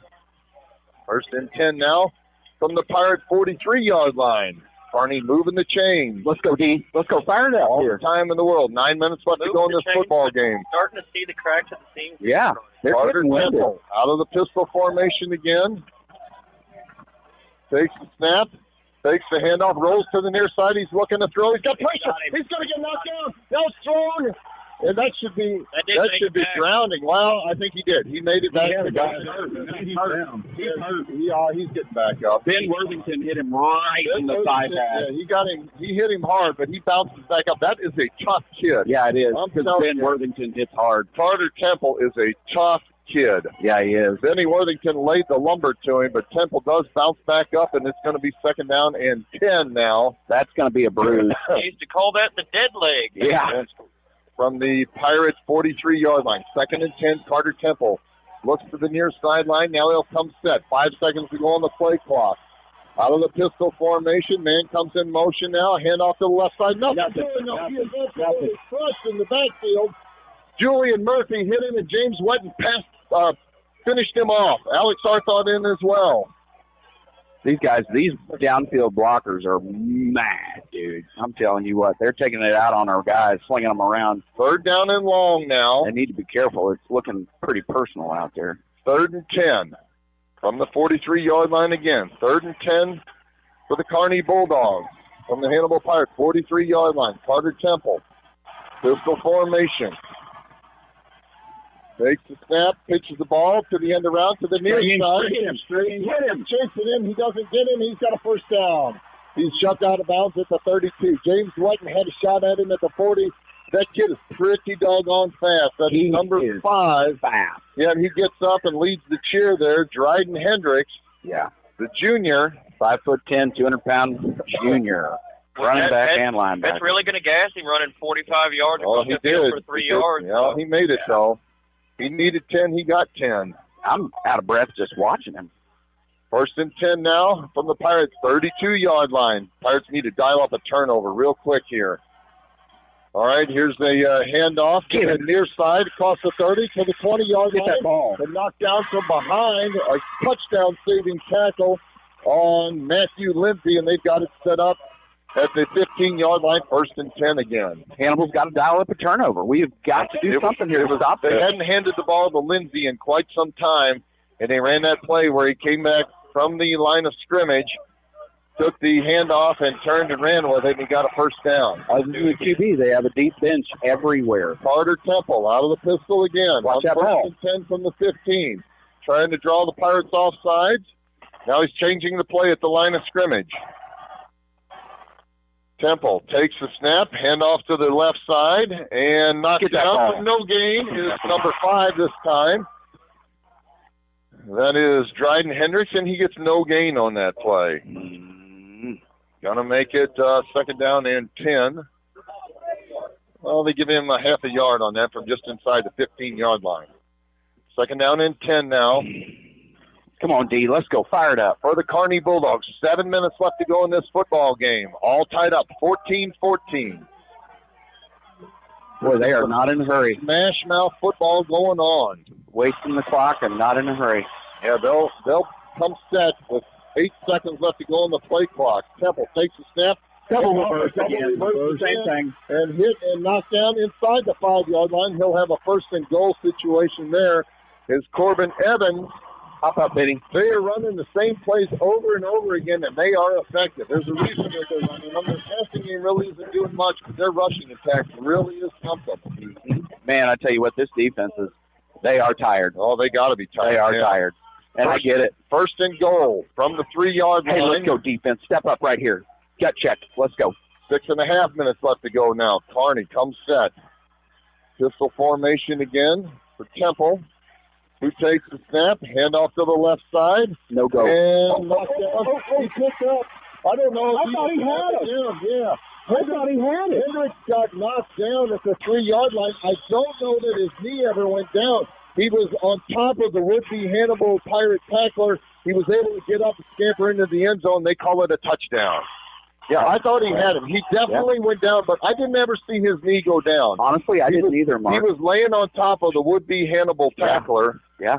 And that makes it 20-6 now. Hendricks steps up, comes to the near sideline, and fires this crowd up in front of him. We knew it wasn't going to be over. He's got to come over and take a bow after that. Yeah, I get it. And on to attempt the extra point now is Drew Nelson for the Kearney Bulldogs.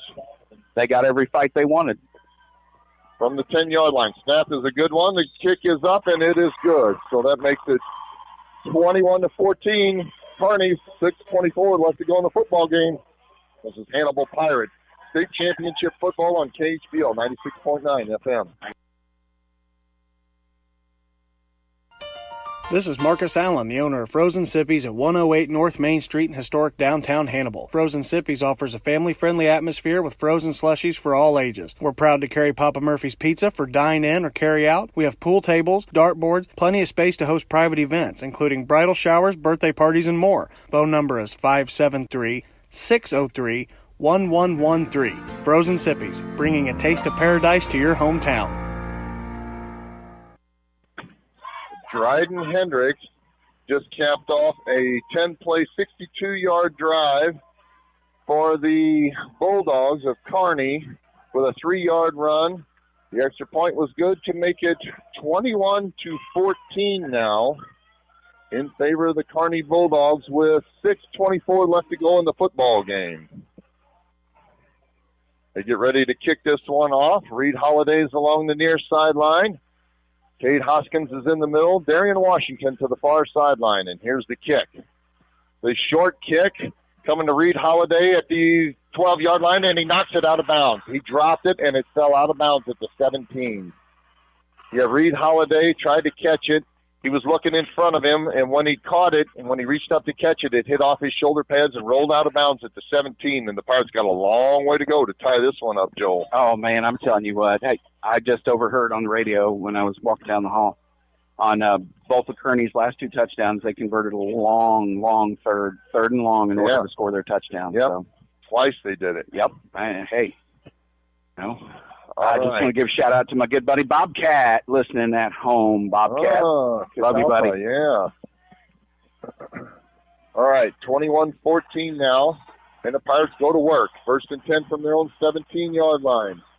Dorsey under center, takes the snap, option play. He pitches the ball out to the far side. Hoskins has it, and he'll get tackled shy of the 20-yard line for maybe a 1-yard gain. I know it's cold, guys, but we got to turn it up here. We need some blocking. It's time to get her going here. Yeah. I mean, some smash mouth up the middle type football. Yeah. Like Cade scored on last week against St. Mary's, where he went right up the middle. Says the biggest hole he'd ever seen in his life. All right, let's go O-line. 2nd down and 8. They give him 2 on that carry from the 19-yard line. Dorsey under center again, split backfield behind him. Man comes in motion now. It's Reed Holiday from left to right. Play action pass. He's looking for Holiday. Now he throws football. He's got him here. Washington's got it out to the 35-yard line. Beautiful. Absolutely gorgeous pass. Completely open. But I tell you what, kudos to number 14, Drew Nelson. Oh, it's a beautiful tackle. He doesn't make that tackle, Washington scores. Yeah. 1st and 10 for the Pirates from the 35-yard line now. They got a little breathing room. 5.5 minutes left to go. Pirates trail this one by 7. They're not giving up. I think we're in 4-down territory no matter what now. Mm-hmm. Pirates cannot afford to kick the ball back to the Kearney Bulldogs. They'll just run out the clock. Wyatt Dorsey on 1st and 10 out of the pistol formation. Takes the snap. Quarterback keeper up the middle this time.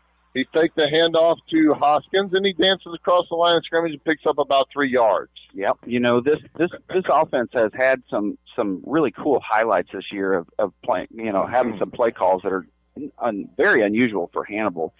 I'm anxious to see if Geschwinder's going to grab a few out of the old back page of the playbook here today. 2nd down and 7 for the Pirates from their own 38-yard line. It'll be under 5 minutes to play when they snap this football. They'll break the huddle. 10 seconds on the play clock. Dorsey from the pistol formation. Hoskins alone set back behind him. Takes the snap. 3-step drop. Looking to throw. Plenty of time. Now he rolls to the near side. He's got pressure, and he lets it fly. It is intercepted. Intercepted along the near sideline. And that kid, I got to get inside it. He made an awesome catch. Yep.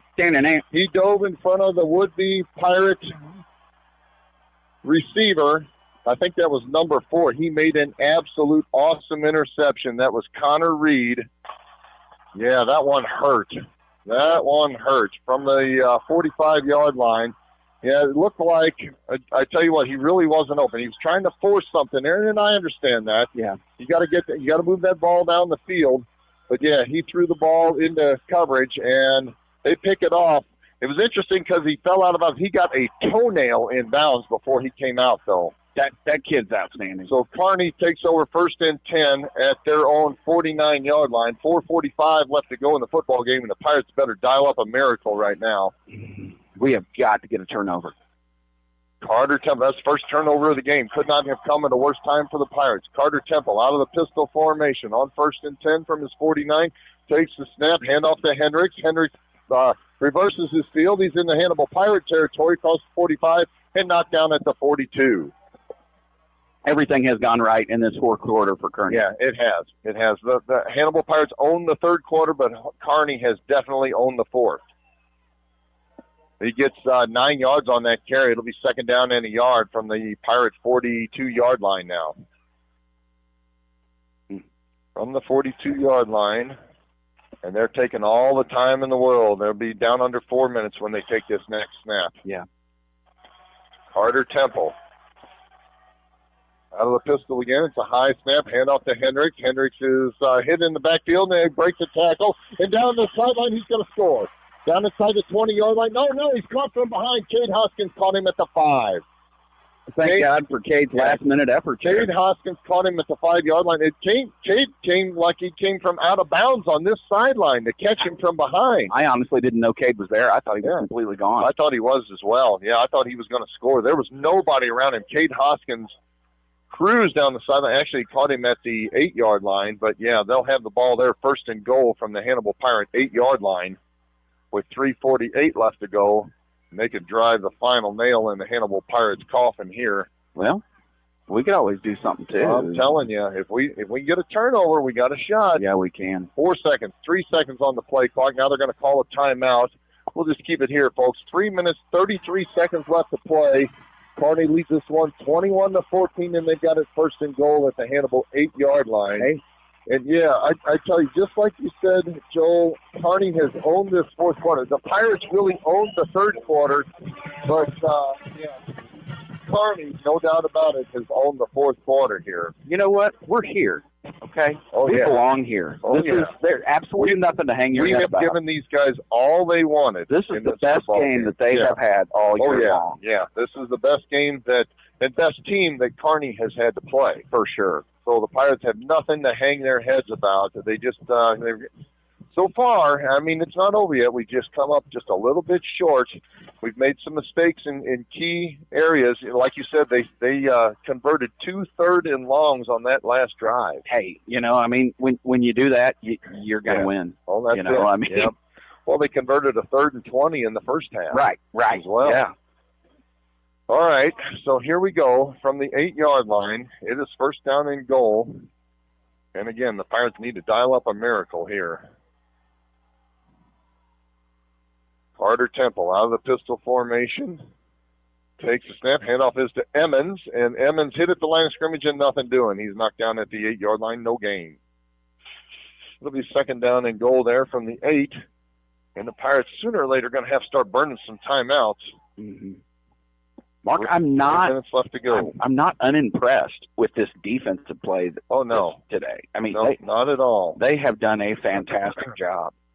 This is just a fantastic offense. Well, it is. They're very good. We've shut down their passing game, though. Yes. They haven't had really anything through the air. I don't think they had a huge passing game coming into this. Well, 2nd and goal now. Keppel. Pistol formation again. Handoff is to Hendricks. Hendricks hit and knocked down at the line of scrimmage. Ball's on the table. Got it. The Pirates say they've got it. No signal yet from the officials. Dorsey's signaling me. They got it. They do. Pirates. They get a fumble recovery. We got it this one. What's going on, baby? It ain't over. Let's go. A fumble inside the 7-yard line, and the Pirates are able to dive on it. And the Pirates are now 93 yards from pay dirt. It ain't over. It ain't over. It is not over by a long shot. From the 8-yard line, 92 yards away from tying this one up. So Murphy was a little shaken up on that play there. I was going to say, did you see who made the hit and who recovered everything there, Joe? I didn't. It was just a pile of guys. I did see number 5 for Kearney kind of reach there for the ball be overly aggressive and knocked out of his hands well before he was down. Pirates take over. We got 92 yards to take it down. Wyatt Dorsey immediately signaled Pirates ball, so he saw it. I don't know who recovered the football for the Pirates, but we are in business. It is 1st down and 10 from our own 8-yard line, trailing this one 21-14 with 2:45 left to go in the football game. This is what it's all about right here. No question about it. Sure. Don't go anywhere, Pirate fans. It ain't over yet. From his own 8-yard line, Wyatt Dorsey out of the pistol formation, 3-step drop, looking to throw, throws the ball over the middle of the field. It is Ray Hoskins. It bounced off of Alex Ellis, so cool, and right into the hands of Trey Hoskins. He's out to close to the 20-yard line. That was so cool. Caught that ball. He came down, Joe. He caught that ball. He was going to be tackled, but he lunged forward and got a first down. 11 went backwards 4 yards. Doesn't know where he's at right now. Yeah, the ball bounced off of Alex Arthod right into the arms of Trey Baby Hoskins. Like they drew it up. Yep. 3 receivers out wide to the near side now on 1st and 10. Dorsey takes a step, 3-step drop, looking to throw, throws the ball deep down the far sideline, and being held is Trey Hoskins. No call, though. Yeah, he was looking for Trey Hoskins on the near sideline. Hoskins has the man completely mismatched. Alex 307 versus 5'8", $160. Yeah, $160 tops. And, the kid was just hanging on to him. It's not necessarily pass interference, but it is holding. Yeah, no kidding. Only thing that they didn't throw it on there, he did overthrow Trey. He was overthrown, yeah. It was overthrown. If he wouldn't have had to shake somebody off, he would have probably been right at the ball. 2nd down and 10 from the 19-yard line. 2:15 left to go in the football game. 3 receivers out wide to the near side now. Empty backfield. 5 wide receivers out of the shotgun formation. It's a quarterback keeper. He steps up. He's got room to run. He scores for 30 and dives for a first down to the 35. 2:08. Clock stops while they move the chains.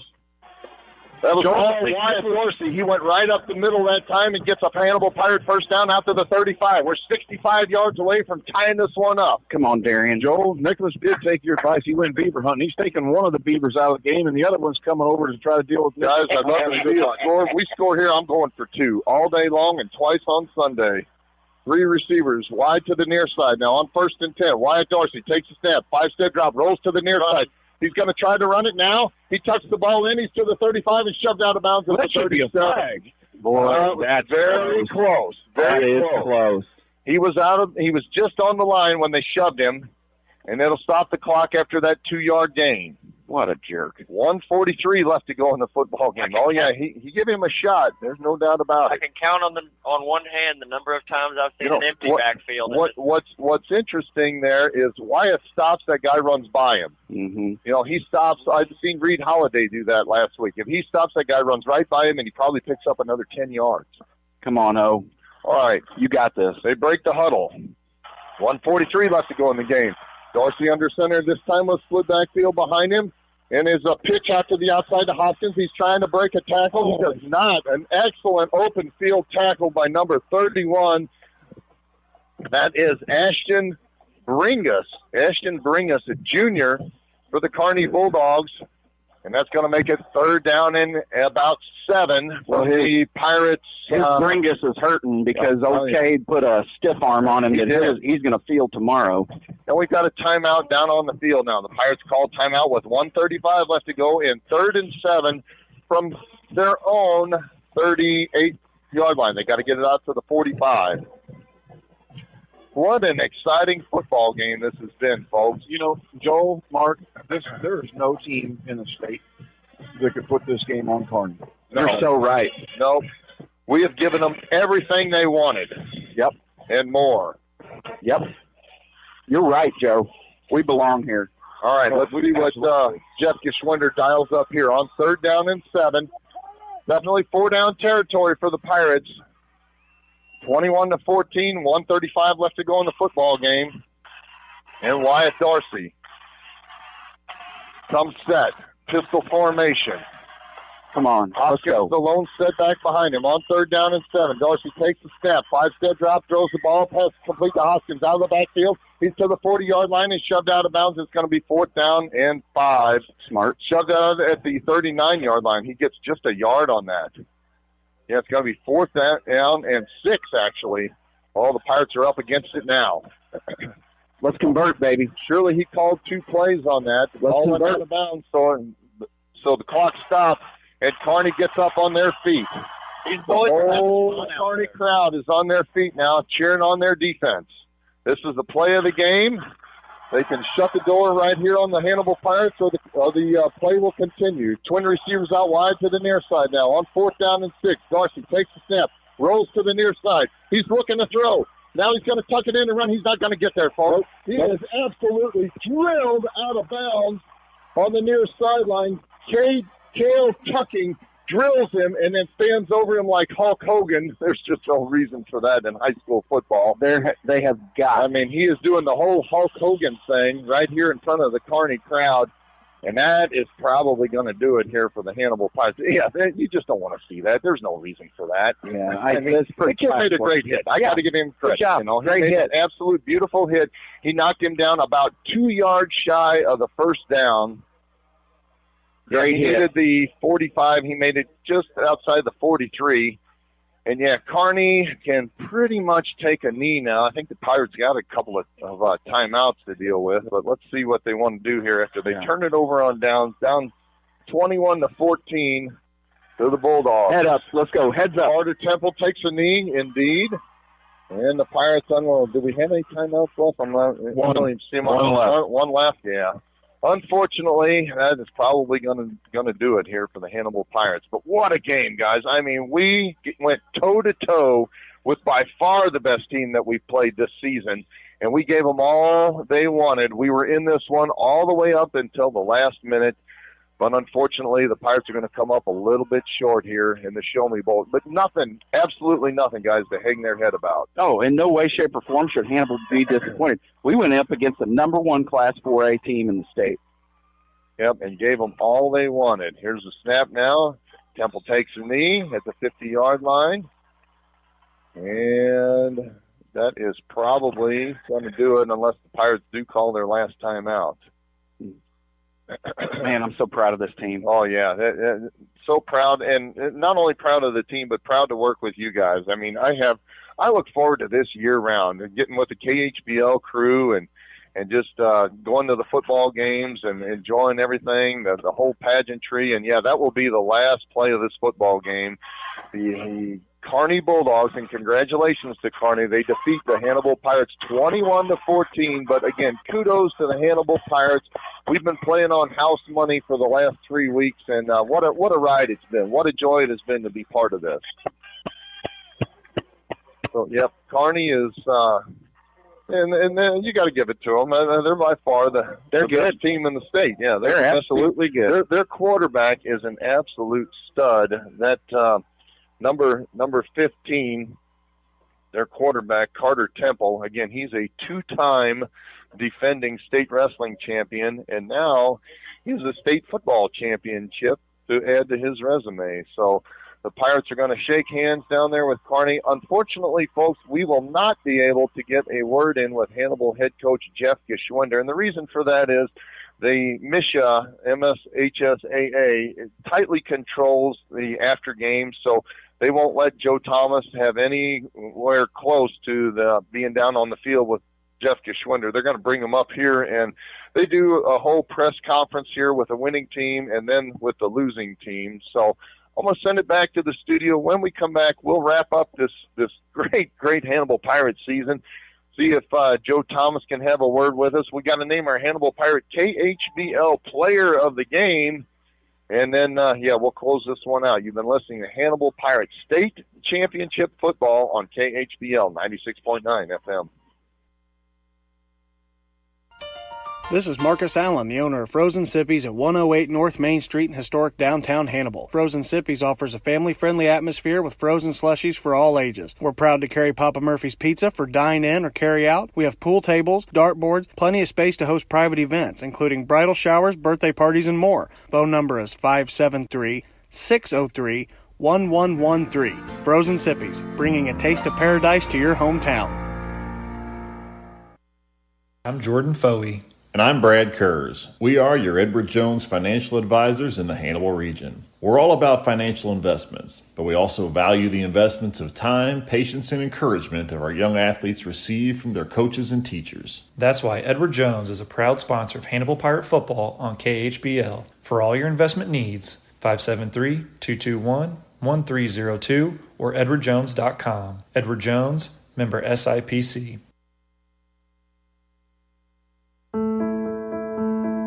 At Blessing Health, our pediatrics team is with you and your family in the moments that matter most.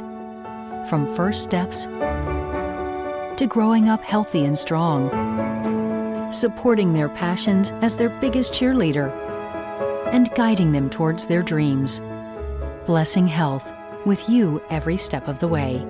Visit us at blessinghealth.org to learn more and schedule an appointment today. For those nearing the age of 65, Medicare is an important consideration. At Alexic Family Insurance, we specialize in Medicare and health insurance. Hi, I'm Michael Alexic, your local insurance broker now licensed in Missouri and Illinois.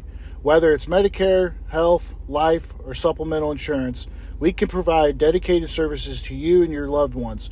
Our phone number is 573-570-4476, or we can be reached at alexicfamilyinsurance.com. Alexic Family Insurance, protecting your future one plan at a time. Smith Funeral Home and Chapel started in 1888, serving others as they would want to be served, with reverence, respect, and responsibility. Services are personalized and specific to each family. Smith Funeral Home and Chapel is proud to have provided over 130 years of service to the Hannibal community and the surrounding area. Brent Massey and staff wish the best of luck to the Hannibal High School Pirates.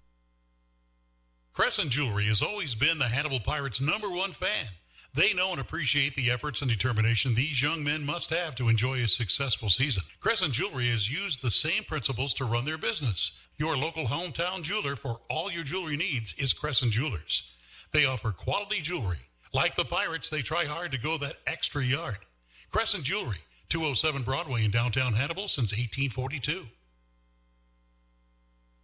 Welcome back to the 2025 Show Me Bowl. They are down on the field and doing the trophy presentations. They handed the Hannibal Pirates the runner-up trophy, and nobody expected Hannibal to make it to the Show Me Bowl.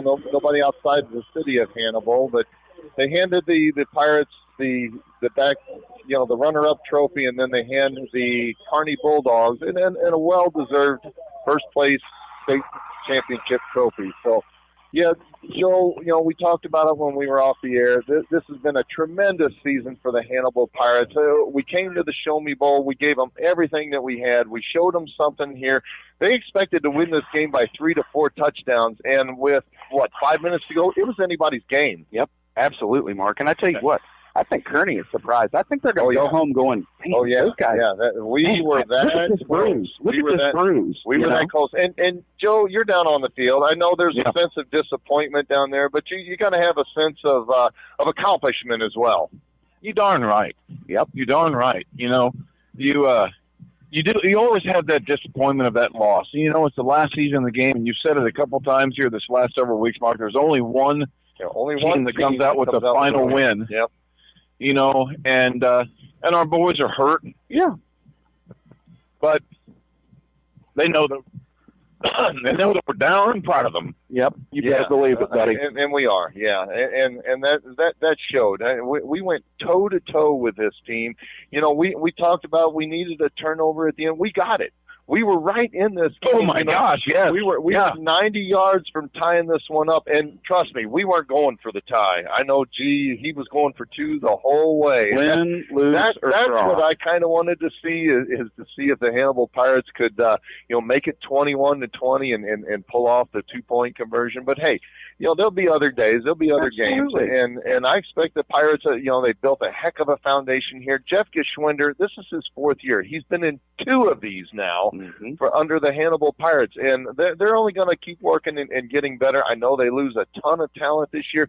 Hannibal loses a ton of talent every year, but when you've got a team like the Hannibal Pirates, you don't rebuild, you just reload. Bingo. And I tell you what, win, lose, or draw, you're talking to 3, 4, 5, 6 of the biggest Hannibal Pirate football fans that you're going to meet out there in Hannibal. Joe Thomas, Mark Dow, myself, Alex Meyer, and Terry Sampson. We do bleed red, but we also there's some black in there too. Black in there, yeah, that's for sure.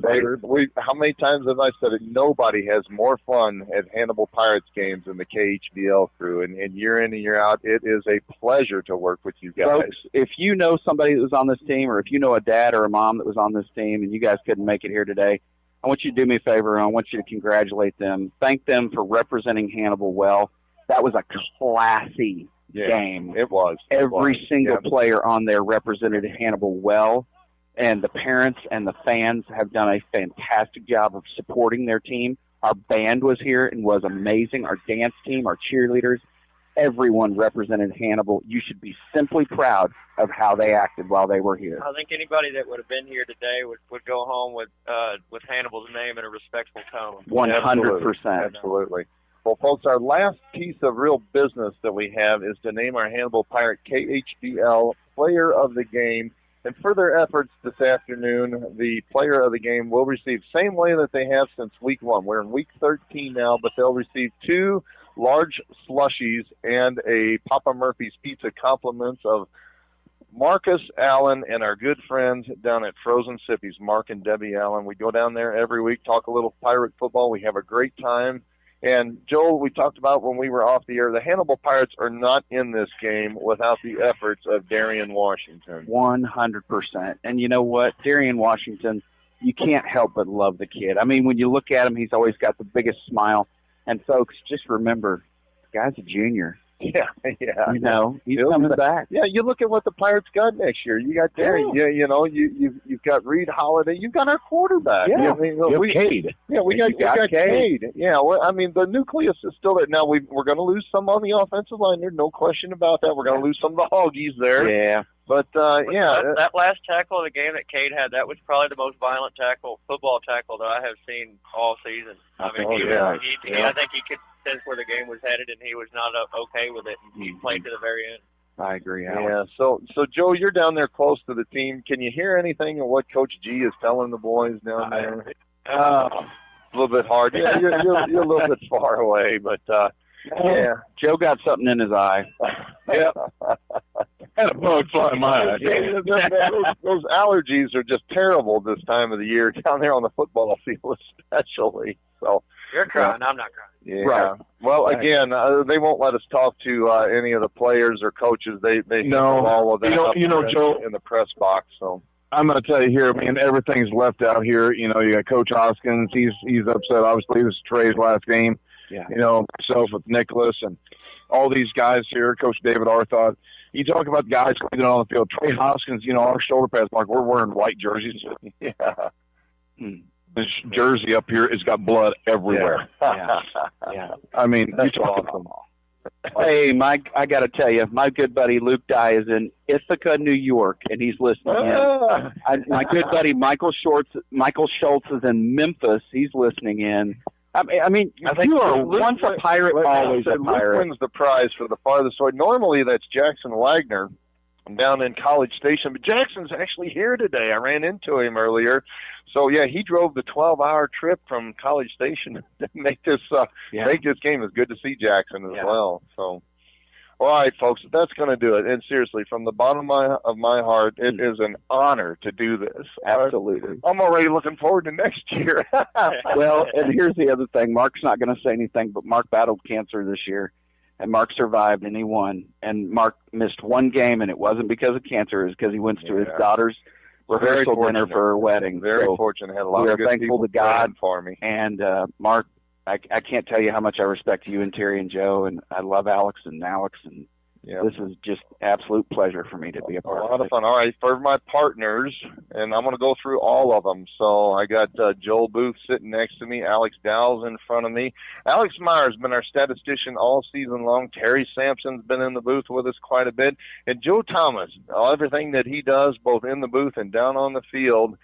Our executive producer, Danny Norman, this is Mark Dowell saying good afternoon from the 2025 Show Me Bowl. That's a wrap, folks. See you next year.